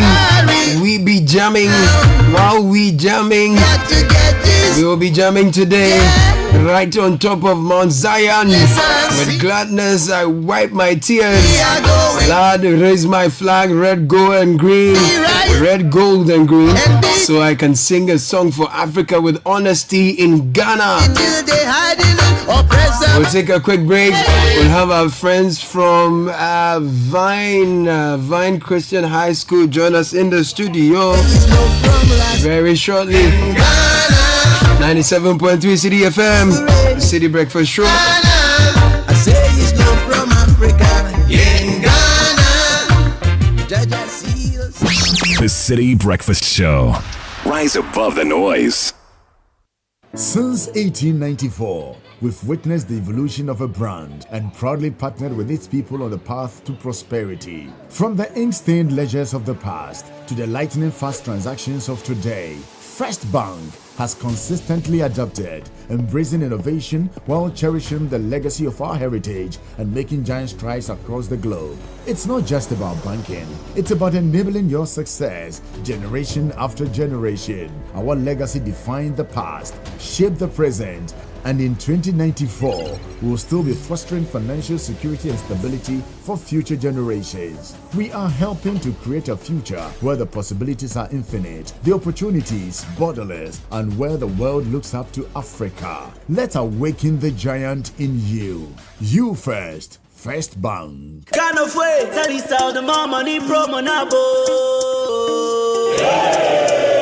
Everybody likes money, but what do we like more than money? More money! Join the Telecel More Money promo and win money, more money, and even more money. Simply opt in for free and reload your mobile and broadband and be the lucky winner of the 1 million Ghana cedis grand prize. Also win cash prizes of up to 3 million Ghana cedis in the daily and weekly draws. Opt in for free by dialing *500# or send WIN to 500, or you can opt in on the Telecel Play app. The more you reload, the higher chances of winning in the Telecel More Money promo. Keep loading, win, and be a millionaire. Telecel.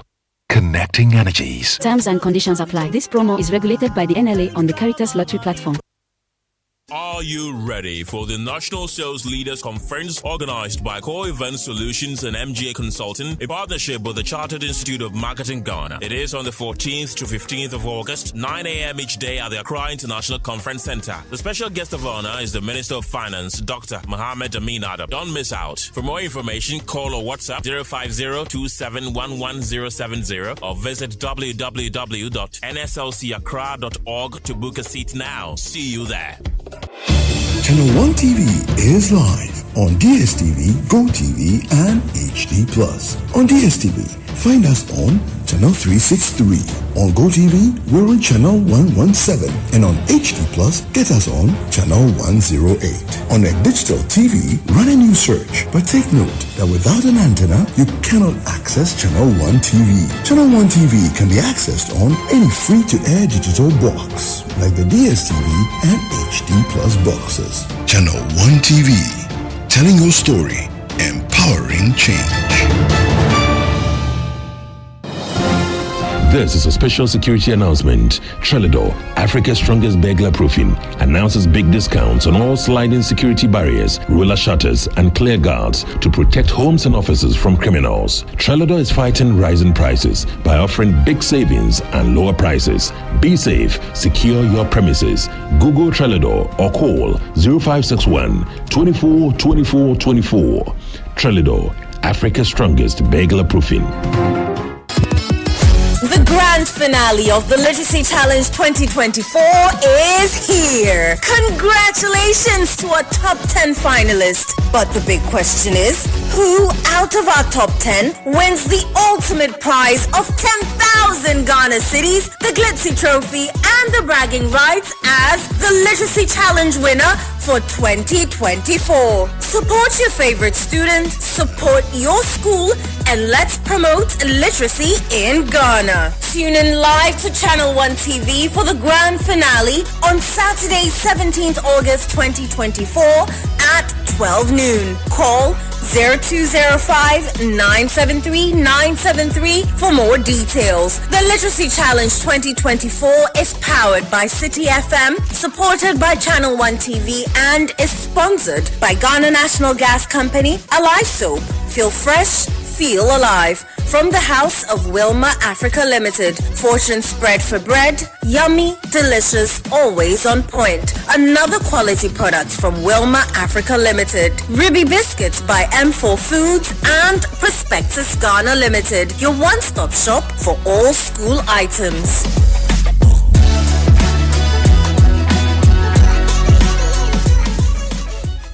Welcome to the new normal. STEAM education. At Sparks Learning Experience, science plus arts equals holistic learning, hands-on teaching, creating knowledge anew, experiential learning. That is what we do at Sparks. The future is bright with skills in hand and knowledge in action. Enroll your child at Sparks today and watch their skills come alive. We've got drone piloting, programming, AI, robotics, among others for your child. They will receive exceptional STEAM mentorship from our founder, Professor Fred Magbangaluri. Sparks Learning Experience, where skills shine bright. Admission is open now. Find us at 1 University Avenue, Bukusu, or call us on 055 7637 149.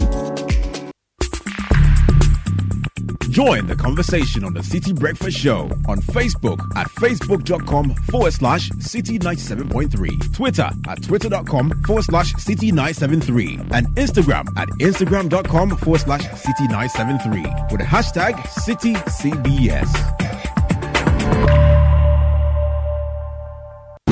The Citi Breakfast Show. Rise above the noise.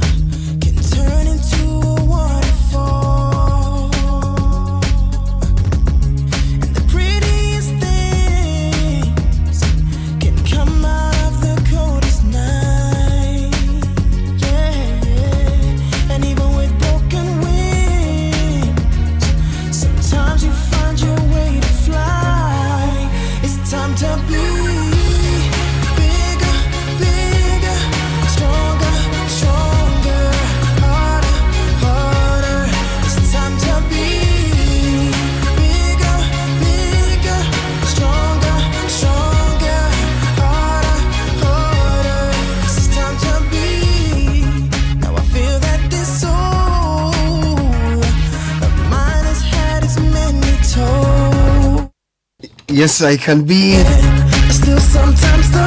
I have some amazing young people in the studios who have done amazing things. From the Vine Christian High School, they were champions at the just ended Pan-African Robotics competition. Young men and women, young lady and young man, they're in the studio to tell us their exploits back in Senegal a couple of days ago in July.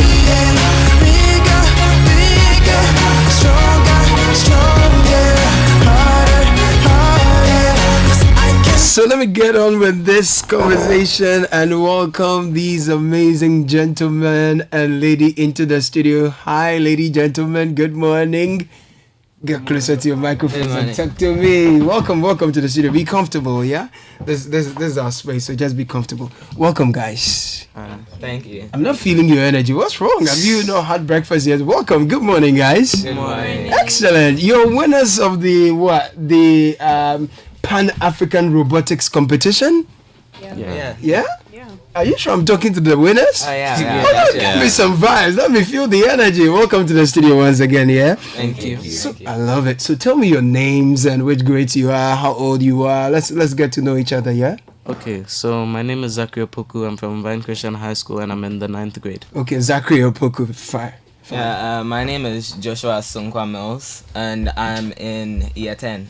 Joshua Sunkwa Mills. Nice. My name is Alexine Amakomensa and I'm in year 9. Okay. My name is Joshua Caleb Dadzi and I'm in year 9. Oh, you are Joshua and Caleb at the same time? Yes. Okay. Okay. So welcome to the studio. You were in Senegal last month. Tell me about it. Was that your first time traveling out of Ghana to Senegal, to another African country? Yeah, actually. Yeah? Tell me about it. How was the experience? There was a lot of moving around the country to get our final hostel where we'd stay, but most of it was enjoyable. Okay. Very similar to Ghana in some regards. Is it? Yeah. Any cultural shocks? Anything you observed that was new or unique to you? Yeah. They still ride horses. They do what? They still ride horses as transportation. Oh, you're kidding? No. Like horses. Yeah.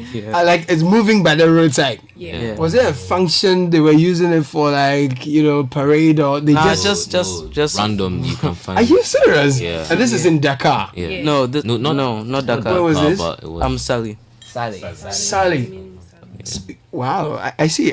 Now I want to see Senegal.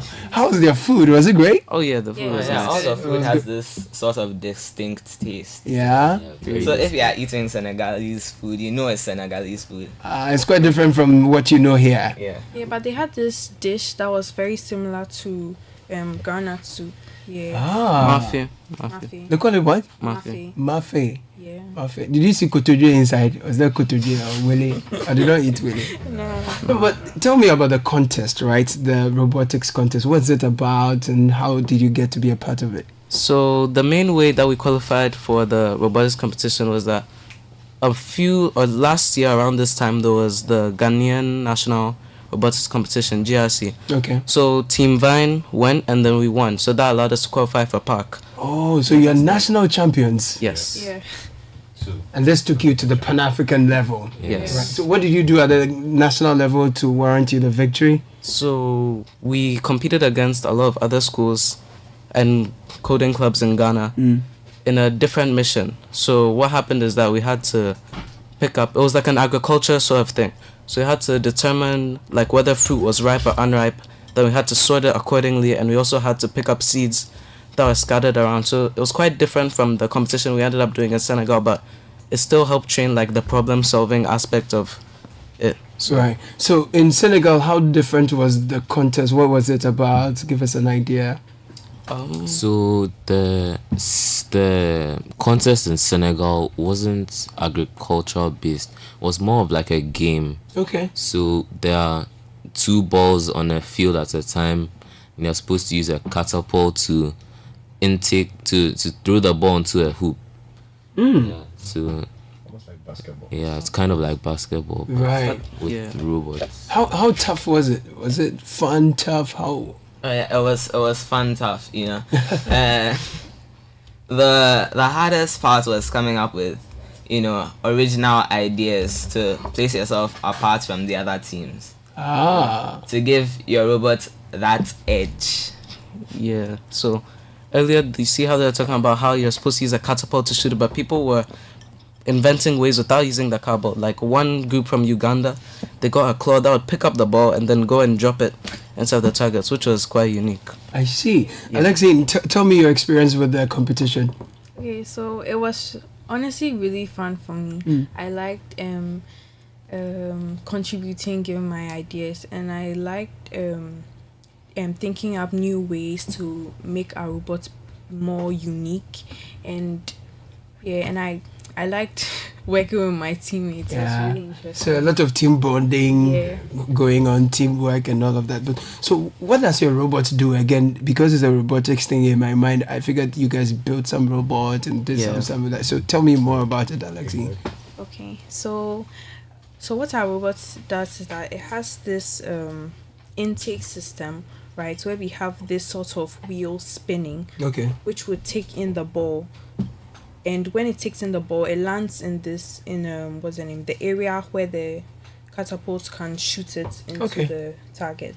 Right. But then one special thing we had about our robot is that we had this rebound system, which was essentially this piece of paper-like material, which would which will transfer the ball into the target, even though maybe it missed or it hits the rim or some part of the target. It would fall onto the paper side and then go into the lower part of the target, which kind of ensure that no matter what happened, our ball always went into the target. That's an interesting one. I have two of your tutors here, so I'll just pick their thoughts quickly. What kind of preparation goes into this kind of contest for you to emerge victorious? But how tough was the contest across the board? Other countries, how many countries were represented? 12. 12 countries. Well, all from Africa.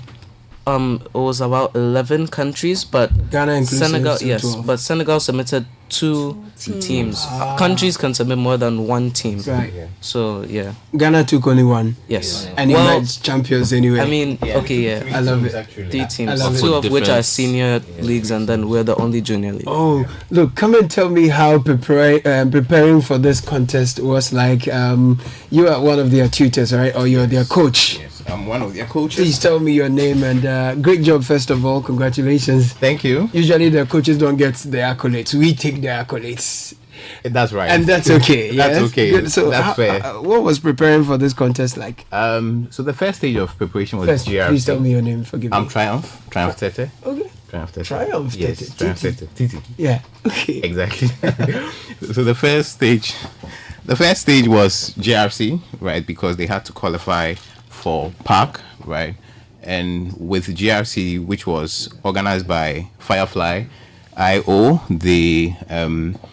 their robot was different. So they first had to train the team on the robots, and then we then went for the competition, and then we won our category.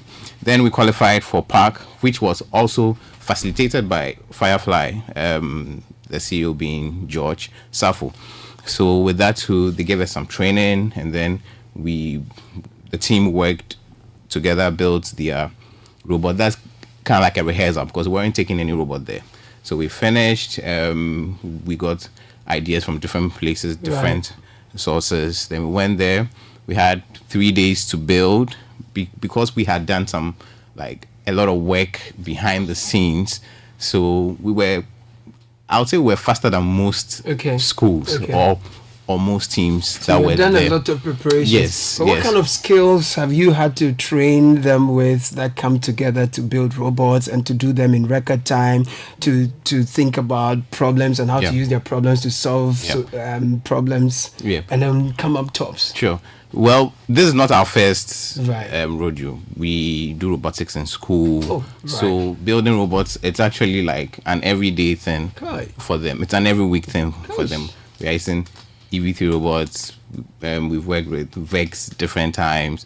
So it's not the first time. So working with motors, gears, and all that. So usually you would start with the driving base. You would make sure that your robot has the essentials that you need. It can move in the direction that you need. It can move at the speed that you need, and all that. So that was our first goal, to make sure that our robot could navigate fast and in as many directions as possible. But then we were limited to the number of motors that we could use. So we definitely had to be innovative, but innovative in the restriction. Right. So then we went to the second stage. Okay, how do we now throw the ball? Still on research, looking at what other teams have done in the past, looking at what that's for that particular competition, what has been done in the past, and what other teams have done, and what kind of tutorials are out there. So we look at quite a number of things, and then we say, okay, let's do it like this. Let's come up with new ideas. Let's see what. So we test, we try. There's a lot of try and error. We try, it doesn't work. We try, it works. Then we improvise, then we move on. Then we came up with a final build. Even the day before, we had to do some alterations to the robots because we went beyond certain limitations that were built. So also being able to take decisions, last minute decisions. Do we go with this or that? Last minute things tend to make a lot of changes. Difference in everything that we do. Then also to the driving, because it's a sport. So no matter how well you build your robot, if you don't have a good driver, someone who is calm, collected, and then can drive the robot very well. I can see a Formula One driver here, right? And that's the guy, right? Caleb. Implement the strategy that we have discussed. That this is how we're going to win, right? So the driver played a key role, because then he, at that point, everything relied on him. So at this young age, you're teaching them everything: science, math, the STEM thing, and then you're teaching them teamwork, collaboration, problem solving, thinking on their feet, and even articulation. They're learning how to compete at a very tender age. And you're telling me that this is something you do every week, every time. It's just part of your curriculum. So tell me about this Vine Christian High School, Mr. Tepete, right? Tell me, what's your full name first of all? Victor Tepete. Okay. Where's your school, and tell us about it? Where can we find you? VCH, Vine Christian School, High School, and Vine Christian School is at East Legon, Adrian Ghana, around the Ghana Canada Hospital. And so, just like Triumph said, I think about 2 years ago, as a school, we decided that the world has changed and things have shifted, technology has moved, and it's important that for the young people who go through our walls, we're able to prep them thoroughly for the next 10, 15, 20 years. And, the world is gone robotics. Everyone is coding. 10, 11-year-olds are getting multi-million-dollar contracts to work on things somewhere in the world. And so it's important that we're able to give them that opportunity, and training they need, so that at least helps shape what career paths they want to go on. And I think Triumph said something I would like to reiterate. What we learned, one of the things we learned from this competition, and I want to give a shout to all these 4 of them, the fact that we can stay back and watch them Georgia on things, disagree, take decisions by themselves, right? And we try this. There are times when obviously as adults you want to impose, but you learn quickly that no, it's them. Let them do their own thing, and they end up figuring it out. Wow. So I think it's one incredible thing would like to highlight for them. So VCH is one of the leading Christian schools in this country, and we have embedded coding and robotics in our curriculum. So it's not an after-school program. It's not an extra curriculum. It's an integral part of your program. It's a regular. So it's just like you're doing your English, math, and science. Robotics is everyone does robotics. Everyone from all the grades level, unless you're going to write your IGCSE. Robotics is part of the program. So this is purely high school, or you have grades lower than high school? Give me an idea. There are Vine Christian schools. There's VCS and VCHS. So for now, we're running robotics full-time at VCHS, but plans are in place to implement it at the lower levels, possibly even starting from grade 1 all the way to grade 6. Right. So we can scale this up going forward. So this is what we're doing. I think the piloting has helped. And I want to, again, say thank you to Triumph. He's the head of our robotics program. So he has brought this to life. Some triumphant entry into the world of robotics. I see. Brought this Guys, I'm going to come to you finally to ask you what you hope to do with all that you are learning and what you experience, how your experience is equipping you. But thank you, Mr. Tekweti, and thank you, Triumph, for helping us do this. But let me come to you, Zachary. Zachary, what are the plans with all that you're doing? What do you see yourself doing? What kind of problems do you want to take on? How do you want to change our world because you are here? I feel like from the competition, it's helped me, again, like a lot of the simple problem solving. But not only how to solve problems, but it's not every time that you can use anything to solve a problem. Like, it's not safe sometimes to send humans out to do certain things. So understanding that there's a robot way of doing it, and even getting the visual understanding of how to do it. Because one of the problems with coding is, or people find with coding, is that after you code, the only way to determine your output is through text. But if you deal with robots, you're able to see your changes better, and it helps you understand more. So I feel like, aside from just using robotics to solve problems, it could even be helped to help people understand better things and even just make things easier. Wow, I love it. Let me come to you, Alexine, right? Robotics and solving our problems, maybe healthcare, transportation, education. What are you seeing in your mind's eye that you could use all that you're learning to do to enhance the quality of our lives?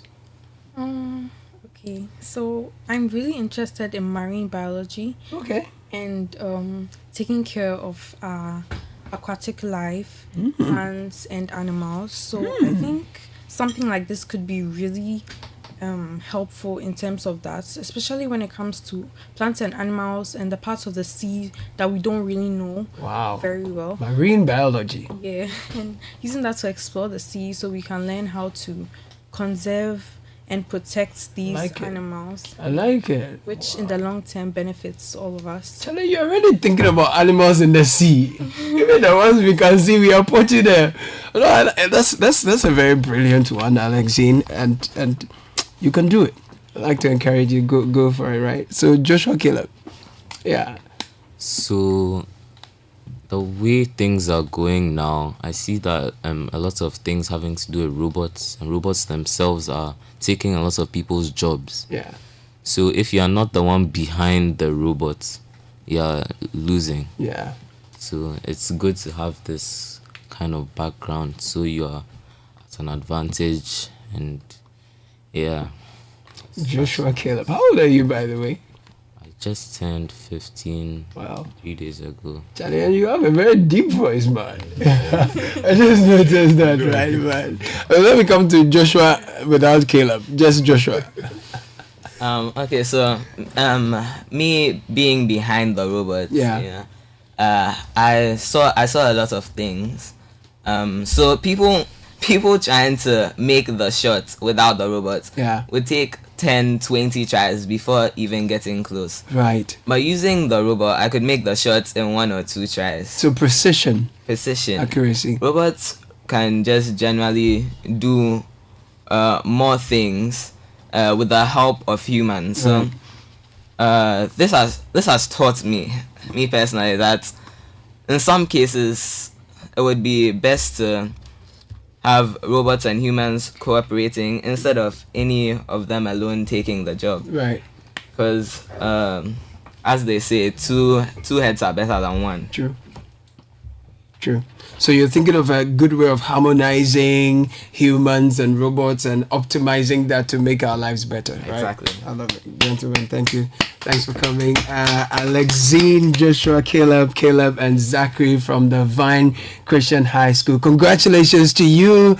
You are indeed the champions. They won the Pan-African Robotics competition that took place in Dakar. And they tell me they saw people use horses. And they ate food that's close enough to peanut butter soup, right? And then other exciting things. Next time you go to Senegal, please, let's go together, okay? Let's go and experience the world together. But thank you for joining us. Thank you, Triumph. Thank you, Mr. Tekpete. Thank you, ladies and gentlemen. Congratulations to you. Well done. Thank you. Great. Thank you very much.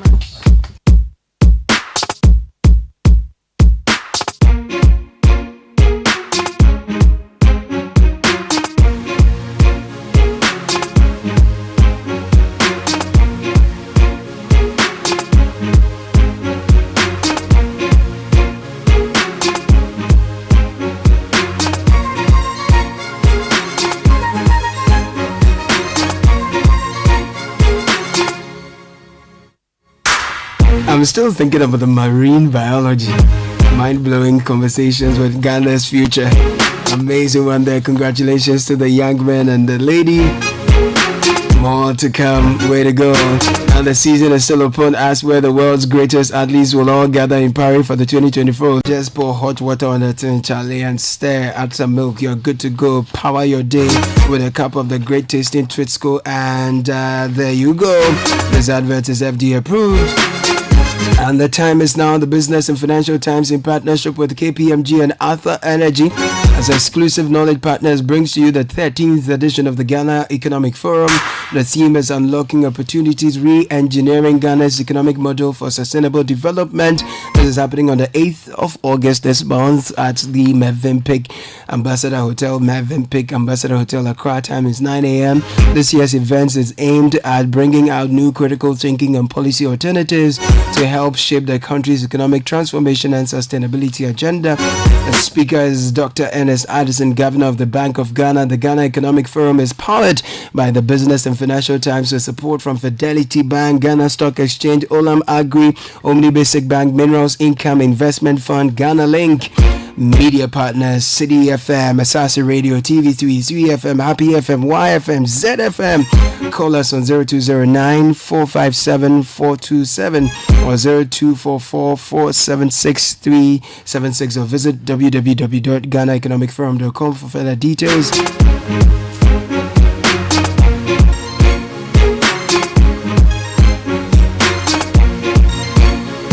We'll go for a quick break. When we are back, so much more for you. The Citi Breakfast Show. Rise above the noise.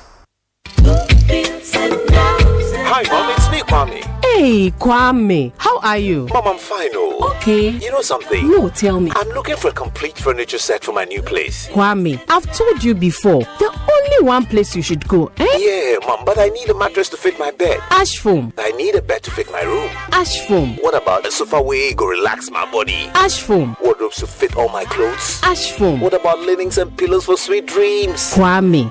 Ash foam. Mommy, that I feel you. Ash foam all the way. From mattresses to beds, sofas, wardrobes, linens, pillows, and more. Don't waste time and visit any Ashram showroom across the country or call our hotline at 0243 200 729. Ashfoam. Feel it, know it. Hey, so what goes into building quality structures? I mean, literally, what goes into it? Wujaf, you don't want to be sitting here somewhere worrying whether or not you did a really good job. It's a very simple equation. If there's no diamond cement in the mix, massa, forget it. Don't start cry. Menye, diamond cement has been providing builders, block makers, and construction companies that peace of mind for years. Diamond cement is 42.5 R grade cement. Unbeatable quality made right here in Ghana. And because we have your pocket in mind, we provide 32.5 R grade so that everybody getting on. No long talk, Jack. If there's no diamond cement in the mix, don't start. Locate Diamond Cement Ghana Limited nationwide with factories in Aflao, Takrade, and Buipe, or call 0244 313 368 or 0540 111 978 or 0202 021 175. Diamond Cement, still as hard as a diamond.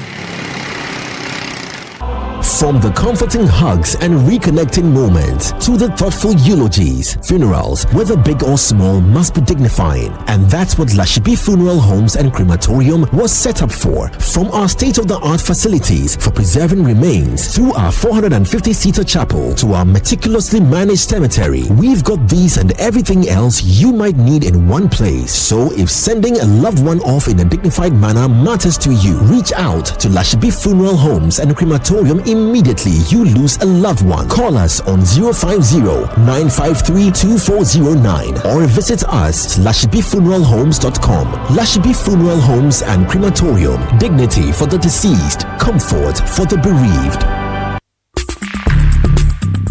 Join the conversation on the Citi Breakfast Show on Facebook at facebook.com/Citi97.3, Twitter at twitter.com/Citi973, and Instagram at instagram.com/Citi973 with the hashtag CitiCBS. The Citi Breakfast Show. Rise above the noise.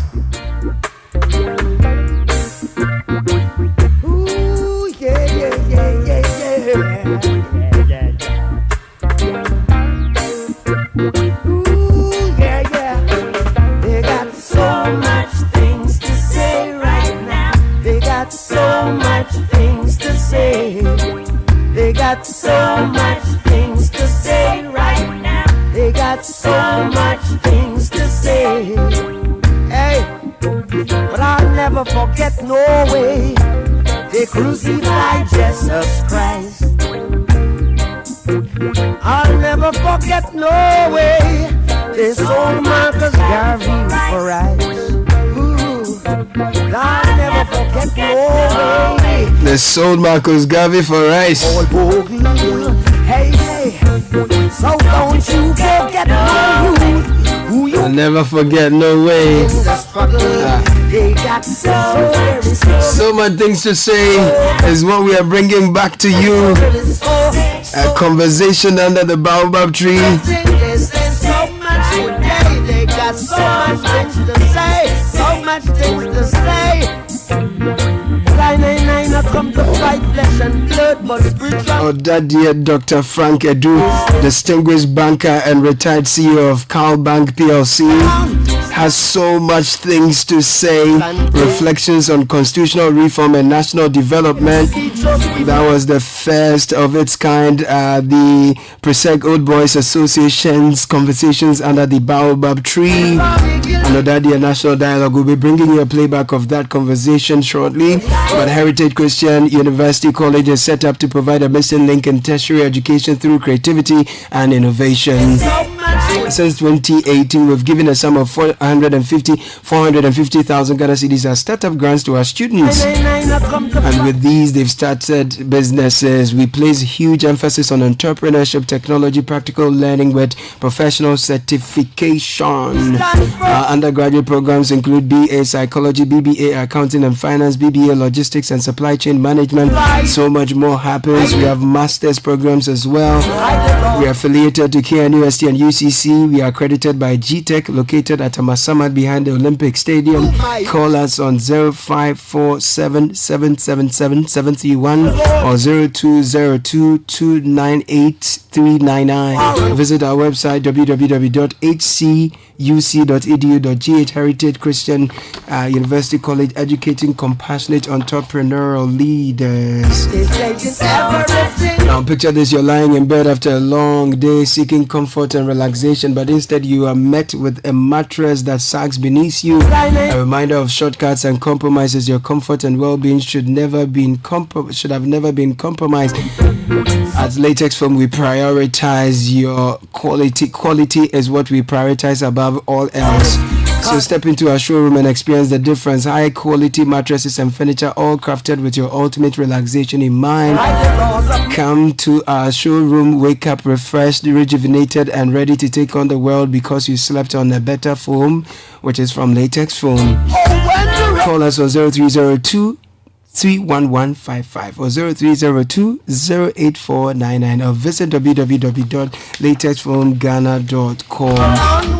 And the final one before we get into the big conversation. So much things to say and there's so much to do and build, but if you have to build, it has to be Diamond 42.5 outgrade cement. Is the highest quality cement on the Ghanaian market. We've been doing this since 2000. We've put smiles on the faces of homemakers and homeowners, block makers and etc. And we are rated green by the EPA. We have the affordable 32.5 outgrade, which means a good deal for your pocket. So visit our showrooms across the country, our shops locate Diamond Cement Ghana Limited nationwide with factories in Aplao, Takoradi and Buepe. Call us on 0244 313 368 or 0540 111 978 or 0202 021 175. Diamond Cement is still as hard as a diamond. So let's talk about the reflections of Odadia Dr. Frank Edu, a distinguished banker and retired CEO of Carl Bank PLC, as he talks on reflections on constitutional reform and national development. So much things to say, so much to hear. So pay attention. When the topic was publicized, I got phone calls. I got phone calls from my classmates, from friends, saying, "Unti brofo." And because what is so much things to say, that's not English. Now, for somebody who read English as a minor at University of Ghana, I should know what I'm saying. But a lot of people didn't see the quotation marks. So it's actually so much things to say, and that by itself was provocative enough. And that was the intention. So when I was approached or invited to deliver this inaugural address of our alma mater's conversation under the baobab tree, the Odadie, I was truly humbled, because I believe that there are many more eminent speakers and more who would definitely have made better speakers compared to me. For truly, PRESEC has produced some very eminent personalities. So I'm grateful to the organizers for selecting me. It makes me a very proud Odadia. Now, I was also given the option to select the topic of my choice. Now, that is dangerous. This presented me a very exciting prospect, since it gave me a public platform to inflict some of my thoughts on the public at large. But then I was held in check by a really teeny tiny voice in my head, which reminded me that I am not generally gifted with the values of diplomacy in expressing myself. Something Mr. Karim keeps telling me. So I must curb my excitement and be measured in my choice of topic and in the mode and manner of my delivery. The freedom to select the topic of my choice inspired my decision to borrow from the greatest reggae star of all time, the iconic Robert Nesta Marley, also known as Bob Marley, who sang the song So Much Things to Say. So I give all the credit to Bob Marley. So much things to say because, ladies and gentlemen, I have got so many things to say. Now I speak the correct English. So I thought long and hard because there are a number of contemporary and topical issues which I'd like to talk about, since this country is at a crossroad and is plagued with a number of maladies from the social, religious, economic, financial, through education, health, to our morality and ethics and simple discipline. Generally, we're facing social, political, economic, and constitutional crisis. And it is my observation that since 1992, when we started the experiment of the Fourth Republic, we have seen the economic fortunes of this country yo-yo like a cock in the sea. The economy has, at best, irrespective of the numbers churned out by successive governments, stagnated. We may theoretically be a middle-income country, but we have never taken off. Rather, we have witnessed and experienced since 1992 the deterioration of everything decent and right. Our debt to GDP ratio has escalated over the years without a commensurate increase in economic development. Yes, we have seen a sprinkling of fiscal projects all over the place as both NPP and NDC try to outdo themselves as to who has built more schools, flyovers, roads, and hospitals. But I posit that economic growth and development, pulling the masses out of poverty, providing quality healthcare, and also quality education, giving the youth a purpose in life and a reason to love our nation, all have pointed southwards. Even football, which is the opium of the masses, which has kept the nation together, has seen a massive collapse. So when you go to my village, and I'm from Achimtafu, you are likely to hear my nephews argue over the EPL or La Liga instead of the local league. Irrespective of all the millions and millions of cedis pumped into agriculture by successive governments, we remain a hungry country, only able to feed itself at prices that the common man cannot afford, even for local produce. And painfully, very painfully, we import almost everything, even from Burkina Faso, a country at war in the Sahelian region, and we are in the tropical region. A quarter of Burkina Faso is governed by rebels, and their climate is almost hostile, but they export food to Ghana. That, ladies and gentlemen, is a crying shame. On the contrary, what has accelerated in growth is a continued and galloping polarization of the country by the two leading political parties. So you are damned if you are NDC, and you are damned if you are MPP. Worse still, you are damned if you are neither, but a citizen and a nationalist. Now, again, when the topic came out, when the flyer came out, I got a phone call from a very good friend of mine who said, "Why are you publicizing MPP?" And I said, "Why do you say that?" He says the colors of the flyer are MPP colors. And I said, but this is PRESEC.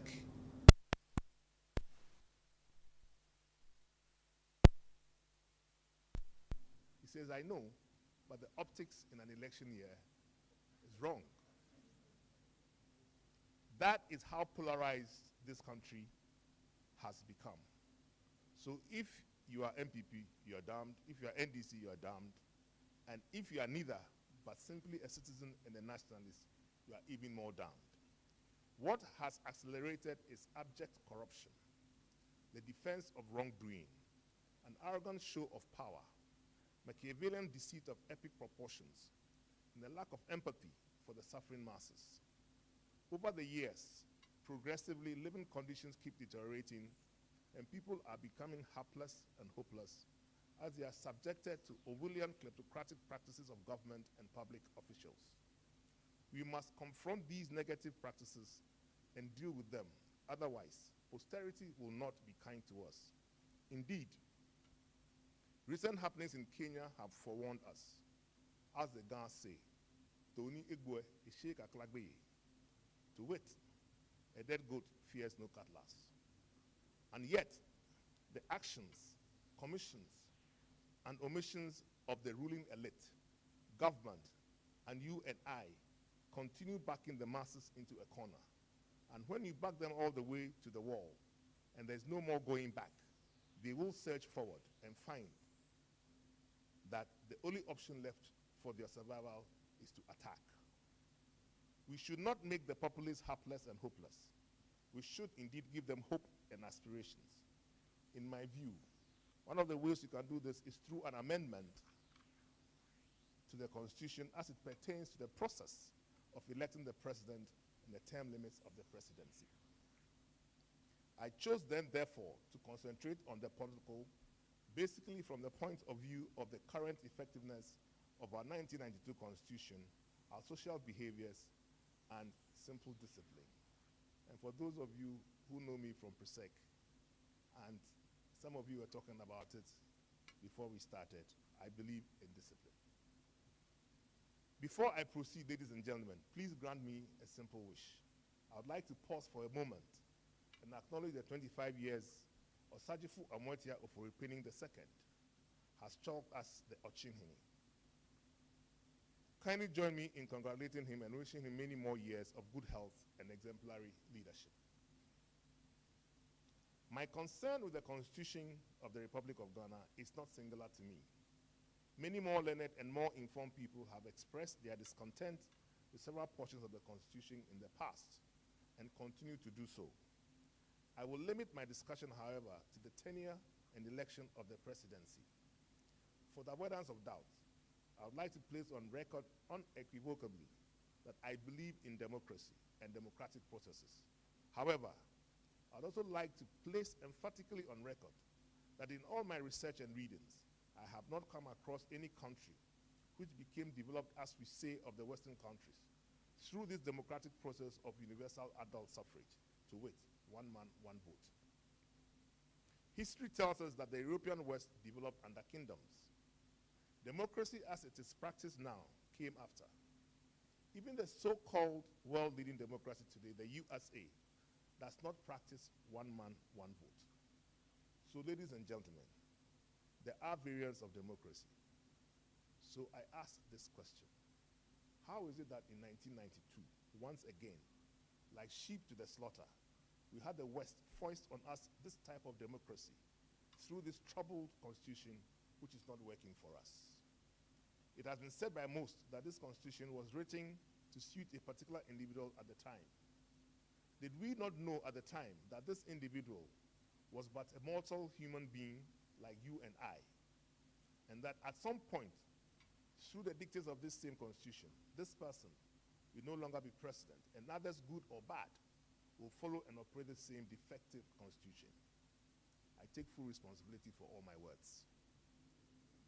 I have heard arguments that there is nothing wrong with the constitution, but it is the operation of it that is the problem. To this effect, even if you change the constitution in part or in whole, the status quo will not naturally change. I will not argue that point. I simply want to proffer my options for consideration. My suggestion is influenced by the following. The operation of the current constitution has created a national security threat through the conduct of the general elections for the election of the president. And tension has escalated every 4 years since 1996. The continuation of the tension will simply, in the very near term, end up in a catastrophic blow-up between NPP and NDC, which will affect the entire country. Secondly, the current politics, unfortunately, has become more driven by money, effectively predisposing any ruling party to corruption. And because it is generally a two-horse race, it becomes a matter of who has the bigger war chest. The easiest way the parties are able to build up their war chest to contest the elections is to make as much money as possible through all means possible whilst in power. In effect, if Party B in opposition figures that whilst Party A was in office, Party A built 100 CD war chests, then to be able to dominate Party A at the next election, Party B has to build a war chest at least twice the size of the war chest of Party A. That illicit accumulation of war chests, therefore, progresses exponentially. Now, ladies and gentlemen, this is one of the foundations of unbridled public sector and political corruption.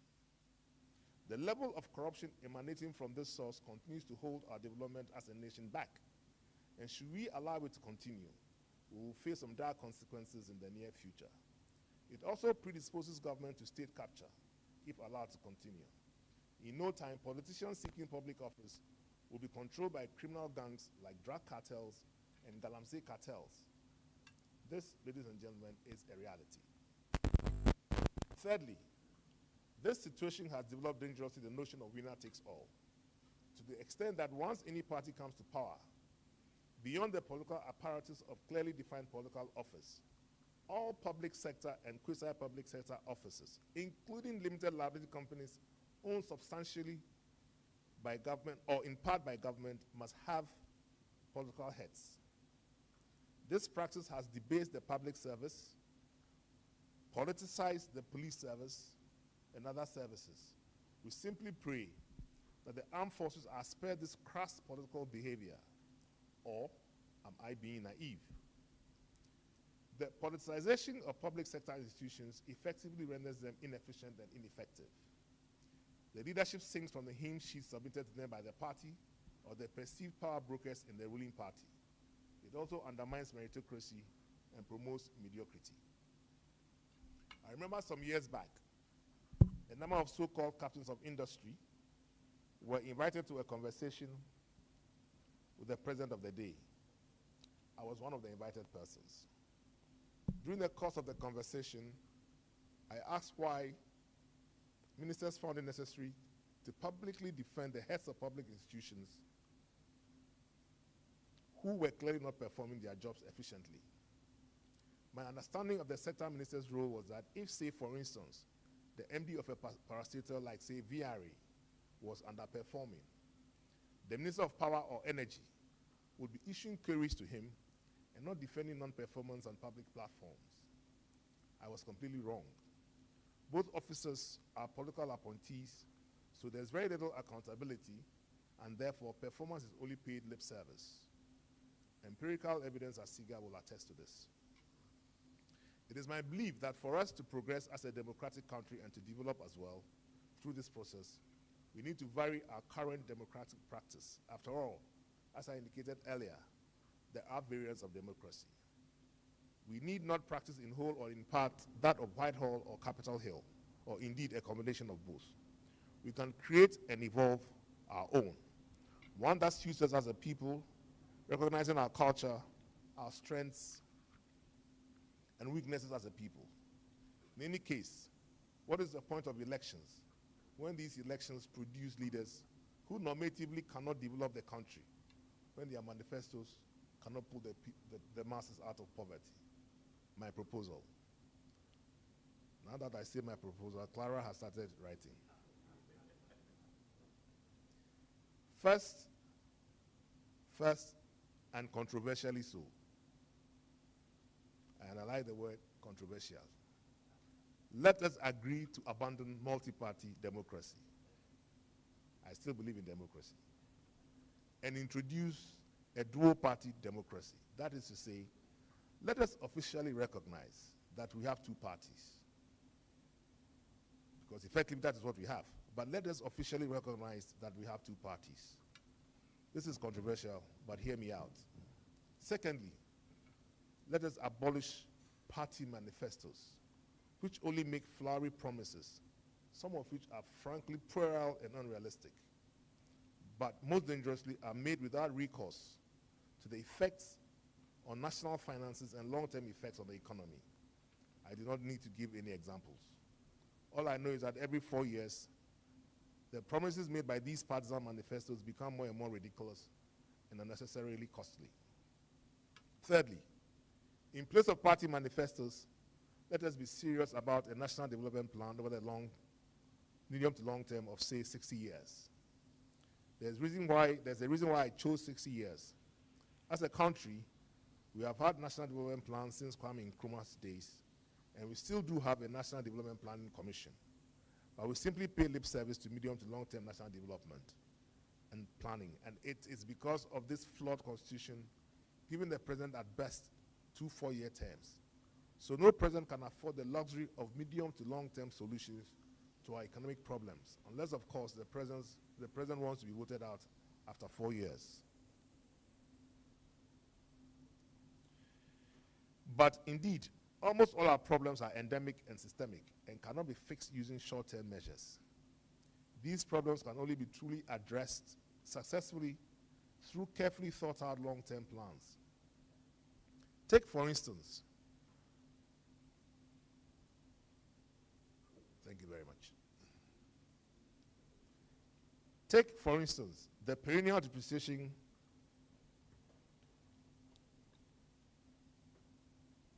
of the cedi. At the end of the day, it is a supply and demand problem. We will need a long-term plan to add value to our exports in order to we will need a long-term plan to develop the industrial base to reduce our imports, and a long-term plan to add value to our exports in order to balance the mismatch between this supply and demand. But to do so, you need patience. We cannot borrow foreign exchange as we've been doing since the Constitution to shore up our forex resources, only to spend it on consumable goods. And that, ladies and gentlemen, is simply papering over the cracks.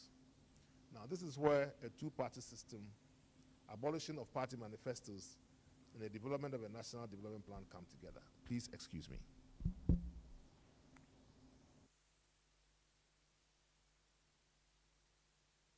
Thank you. Fourthly, since general elections for selecting the president create all these tensions and national security crisis nationwide, leading sometimes to unfortunate and unnecessary violence and death, let us denationalize the presidential elections. An interesting prospect. And for those of you who are already criticizing me mentally, I'll please ask you to hold your horses.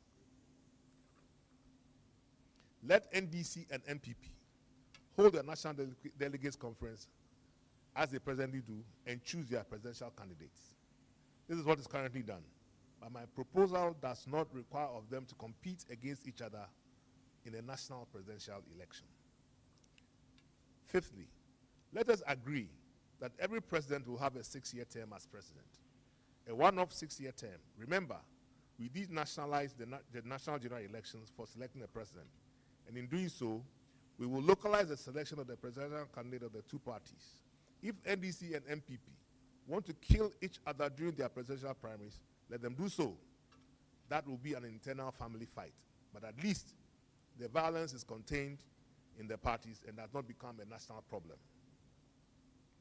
We now go back to the issue of the dual party system and the two parties alternating in leading government business in 6-year cycles, each following the agreed national development plan, and I repeat, each following the agreed national development plan, not some whimsical party brainwave.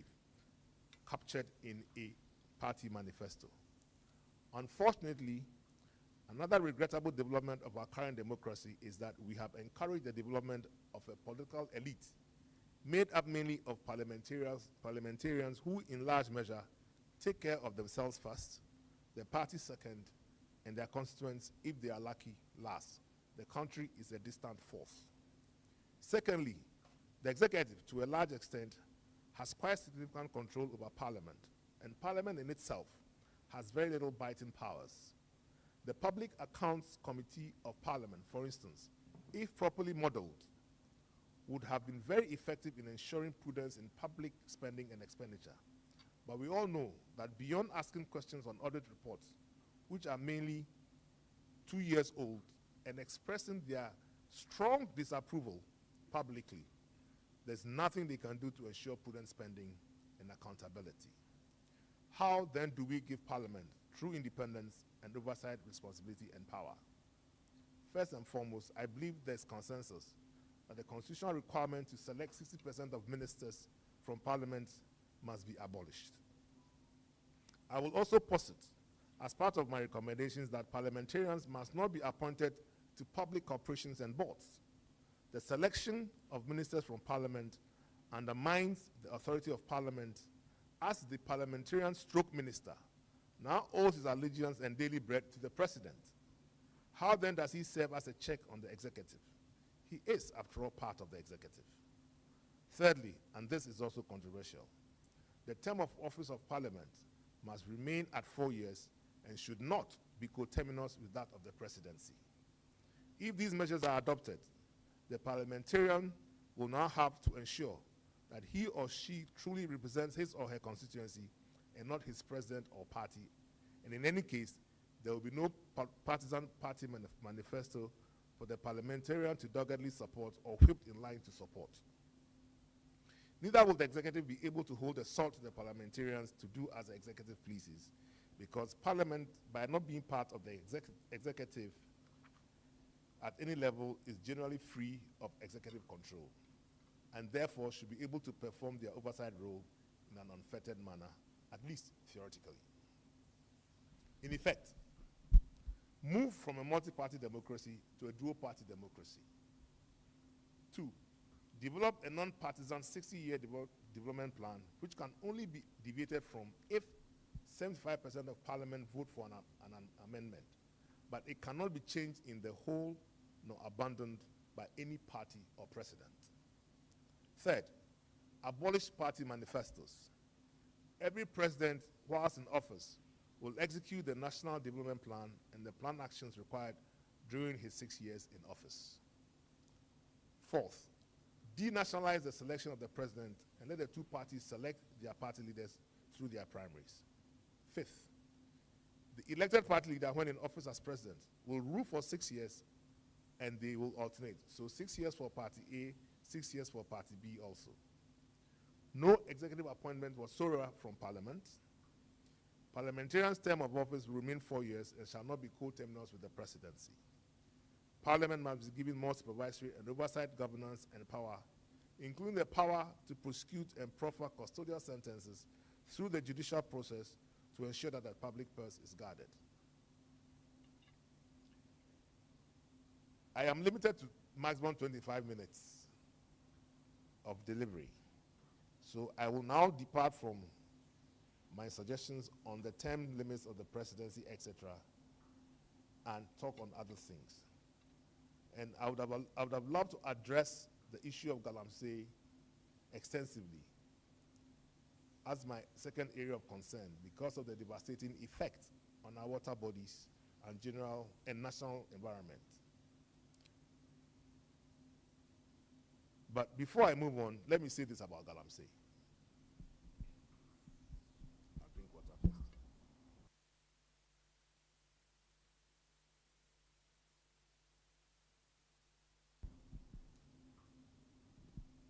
Uncle Kwame, I shall proceed. If we are foolish enough to allow Galamsey, which is destroying our water bodies and forests, to persist, then at least we should be wise enough to acknowledge that and cause the foreign exchange flows derived from the Galamsey business to go through the banking sector, so at least it will be available to support the ailing cedi. Because depending on who you are listening to, the gap between official foreign exchange flows for gold exports and the unofficial flows is anywhere between $3 billion to $4 billion. Should we recognize this and act accordingly, then at least some national benefits would have been accrued from this willful madness. And I really struggle to understand why a country with elected leadership, which is educated, would in this 21st century, and particularly in the year of SDG goals, pay lip service in dealing resolutely with this problem. SDG 6 is titled Clean Water and Sanitation. And the overarching objective of the SDG goals in its entirety is to, I quote, ensure social inclusion, protect the environment, and foster economic growth. Water is essential to life, and it is not an inexhaustible resource. As a country, we are blessed with same, and yet, painfully, we look on effectively unconcerned. Or is it that furtively there is support from the highest levels of government aiding this very destructive and debilitating criminal act?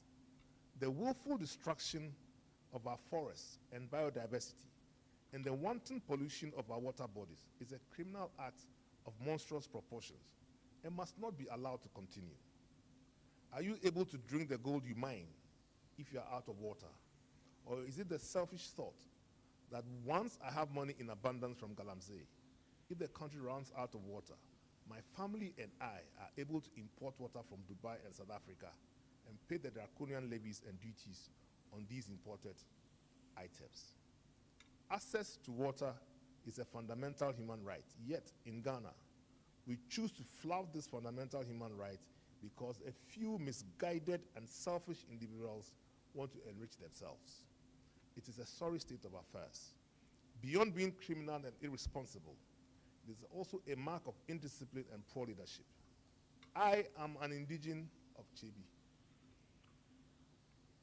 And the day Ghana Water Company Limited announced it was no more able to produce potable drinking water from the Birim River, I shed a tear and hung my head in shame. Galamsey must be stopped at all costs, for it poses a serious existential threat to us as a people in the collective.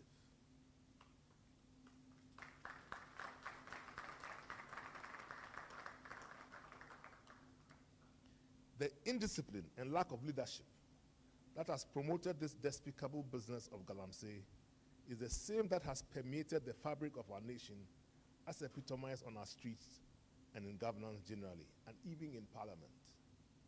By now, ladies and gentlemen, you probably would have surmised that the next issue I want to talk about is discipline or indiscipline. It is a pet anguish of mine. Born a Catholic, I went to a Methodist primary school and a Presbyterian secondary school. It also means that I am the proud beneficiary of the discipline precept instilled in you as an ordered year. So up to today, I cannot fathom the escalating discipline on our roads, and it speaks volumes about our leadership, but also most importantly about us as a people. How is it that the police service is unable to enforce adherence to simple traffic regulations, especially by motor riders? It is a nightmare, but it also reflects on us. If successive governments cannot ensure sanity on our roads, something as simple as that, then how can any government lay claim to good governance practices? It is important to note that it is simple things that make a society, not building airports which will never be used, buying four-wheel drives that are not needed, and other unnecessary fancy projects that benefit no one. Can we bring some sanity and discipline onto our roads? This should not be a difficult task. Now, if you are able to ensure simple disciplined behavior, now, if you are not able to ensure simple disciplined behavior, then you cannot have the discipline to operate within your budget as a government. You will not have the discipline to borrow money from both local and international markets and repay these loans. Cocoa Board sold forward cocoa and was unable to deliver the cocoa in full, when the future delivery date arrived. Now, that is unacceptable. As a country, we need to go back to the drawing board and start from the basics. The whole country, particularly leadership, needs the proverbial Presbyterian discipline.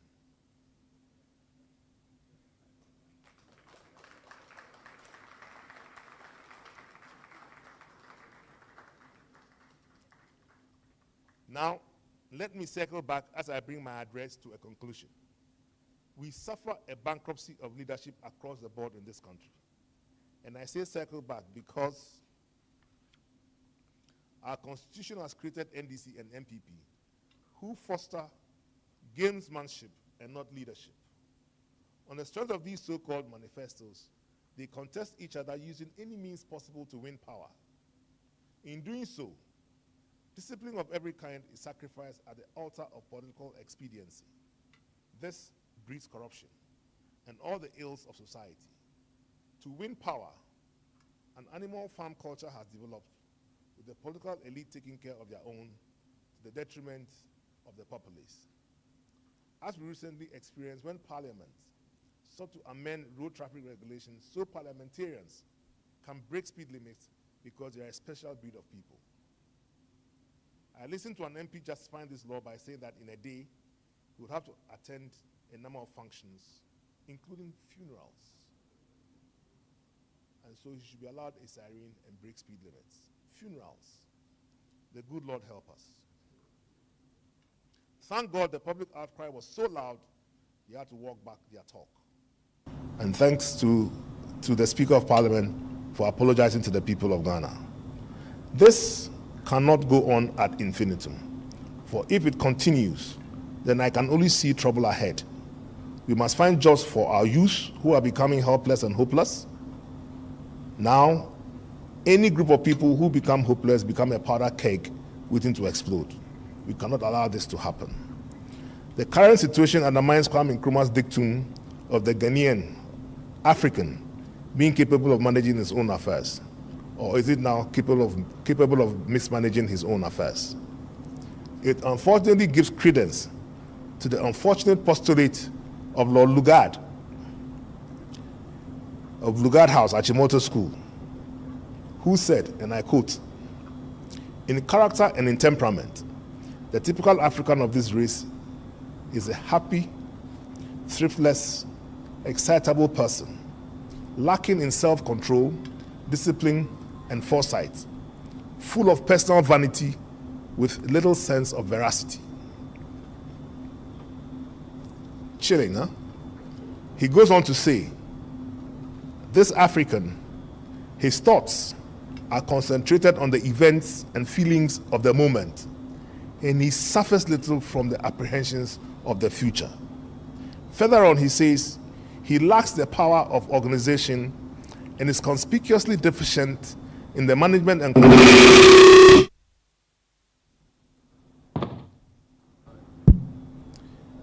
Further on, he says, he lacks the power of organization and is conspicuously deficient in the management and control alike of men or business. He loves the display of power, but fails to realize its responsibility. Perhaps, the two traits which have impressed me most, which have impressed me as those most characteristic of the African native are his lack of apprehension and his lack of ability to visualize the future. When I read this from Lord Lugard, I was palpably upset. I don't think my being, my persona, nor my behavior is anything as he posits. Neither do I believe any one of you gathered here sees him or herself as such. But on deep and sober reflection, when I take a look at our beloved Ghana and our African neighbors, our leaders, or is it our rulers, political, governmental, traditional, religious, and unfortunately lately, Bernard, our press, I admit painfully, or some of our press, I admit painfully that there may be some credence to Lugard's words and characterization. Words based on observations he made in 1926 still hold true today. We haven't progressed, have we? Ladies and gentlemen, our governments and successive governments must begin the process of proving Lugard wrong. Let us review our democracy. There are variants of democracy. The democracy of Whitehall and Capitol Hill are not the optimal modes of governance for us. Indeed, recent showing in the UK and the US clearly demonstrate the flaws of both. Die-hard supporters of this democracy will say it is better than military rule or totalitarian rule.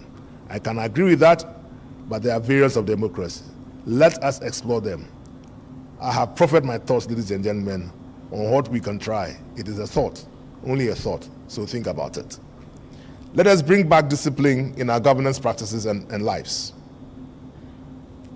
Let us stop making every government project, program, and policy a procurement event and an opportunity to loot state coffers. Let us love our country once again, and in doing so, a Ghanaian PhD degree would be worth more than a Dutch visa.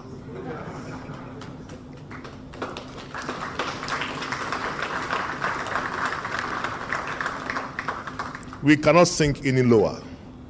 And our political leaders, instead of thinking of yourselves as a political elite, fashioning laws to cushion your lifestyles and very existence, let me remind you of portions of Ezekiel 34. And I quote, "Son of man, prophesy against the shepherds of Israel. Prophesy and say unto them, Thus saith the Lord God unto the shepherds, Woe be the shepherds of Israel who feed themselves. Should not the shepherds feed the flock? You eat the fat, and you clothe yourselves with wool. You kill them that are fed, but you do not feed the flock. The disease you have not strengthened, neither have you healed that which was sick, neither have you repaired that which was broken. Thus says the Lord, Behold, I am against the shepherds." It continues, "Neither shall the shepherds feed themselves anymore, for I will deliver my flock from their mouth, that they may not be meat for them." Let the political leaders heed these words of Ezekiel.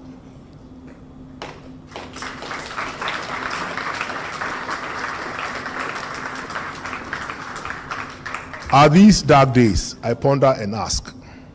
I think not, and I hope not. But if we are not deliberate going forward, we could have some dark days ahead. Nonetheless, ladies and gentlemen, in the light, we shall see light. Illuminato video movement. So much things to say right now. They got so much things to say. I thank you very much, Bob Marley. I thank you, ladies and gentlemen, and I yield the podium. Thank you.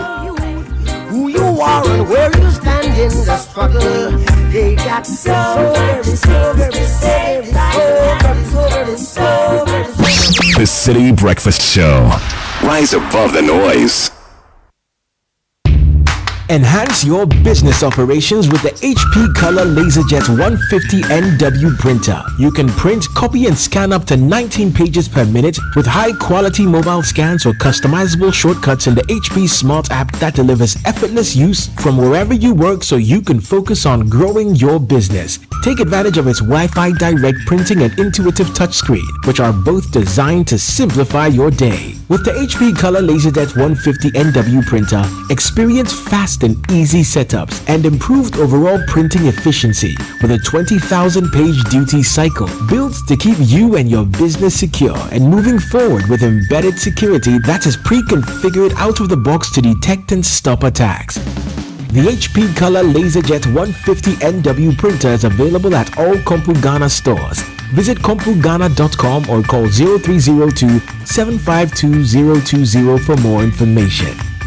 Are you hoping to start university this October? If you want a British degree from a world-class university at a fraction of the cost, then join Lancaster University Ghana in Accra. With a diverse student community, vibrant campus life, and up to 50% scholarship to support your study, Lancaster University Ghana provides you with a world-class education that creates endless possibilities globally. Don't miss this once-in-a-lifetime opportunity. Apply to join Lancaster University Ghana, where learners become leaders. Admissions are currently open for our 2024 intakes. Apply now for our foundation and undergraduate programs. For more information, contact us at +233 030 221 8989 or send an email to admissions@lancaster.edu.gh. Lancaster University Ghana, the only British university campus in West Africa.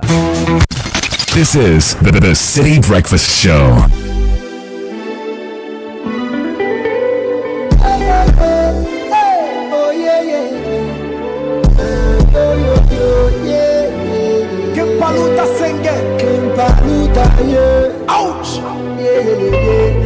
Top of the hour. Icing on the cake, a sound from King Palute. After that thought-provoking conversation, so much things to say. Thanks for staying with us up to this hour. It's time for the news at 10. Earlier you heard Richard, the last guy who was here in the studio with me for the holiday edition. Many thanks to Fred Tejabana, he produced the show. Daniel Squashy was the man on technical. It's now time for Fauzu Masahudu to serve you the news at 10. Good morning, Fauzu. Good morning, Caleb. Hello and welcome to the news at 10. I am Fauzu Masahudu. Coming up, a Central MP calls on government to admit current economic hardship and apologize to Ghanaians for same. And aggrieved Gold Coast customers threaten to a nationwide protest if Finance Minister fails to honor promises to them. Details. Member of Parliament for Ascent Central, Kennedy Japan, has called on the governing New Patriotic Party to admit and apologize for the current economic hardships in the country during its campaign. Speaking during the launch of the NPP Ablekuma South constituency election campaign, Kennedy Japan urged his party faithful to approach Ghanaians in humility and truth or face the wrath of Ghanaians. Let's go out there with humility, apologize to Ghanaians, admit your mistakes before you can convince anybody to vote for you. If you ignore the hardships Ghanaians are going through, they will never accept what you are saying. You first have to admit that there are hardships, but then when you want the time of Ashia, you move. Let's give MPP another chance. And I know we've all learned our lesson. We are not going to sit back. We will have Dr. Bawumia, the Vice President, in his lecture. I've been talking to him. We'll share ideas, all the ideas I have. And I was telling Ghanaians during the campaign, I'm not going to keep it to myself because I didn't win. Then I'm not a patriotic citizen. Member of Parliament for Ascent Central, Kennedy Ejapon there. Moving on, the leadership of the aggrieved Gold Coast customers has warned of a series of a nationwide protest if the Minister of Finance, Dr. Mohamed Amin Adam, fails to fulfill his promise. The group suspended its protest, which was initially scheduled for today afternoon.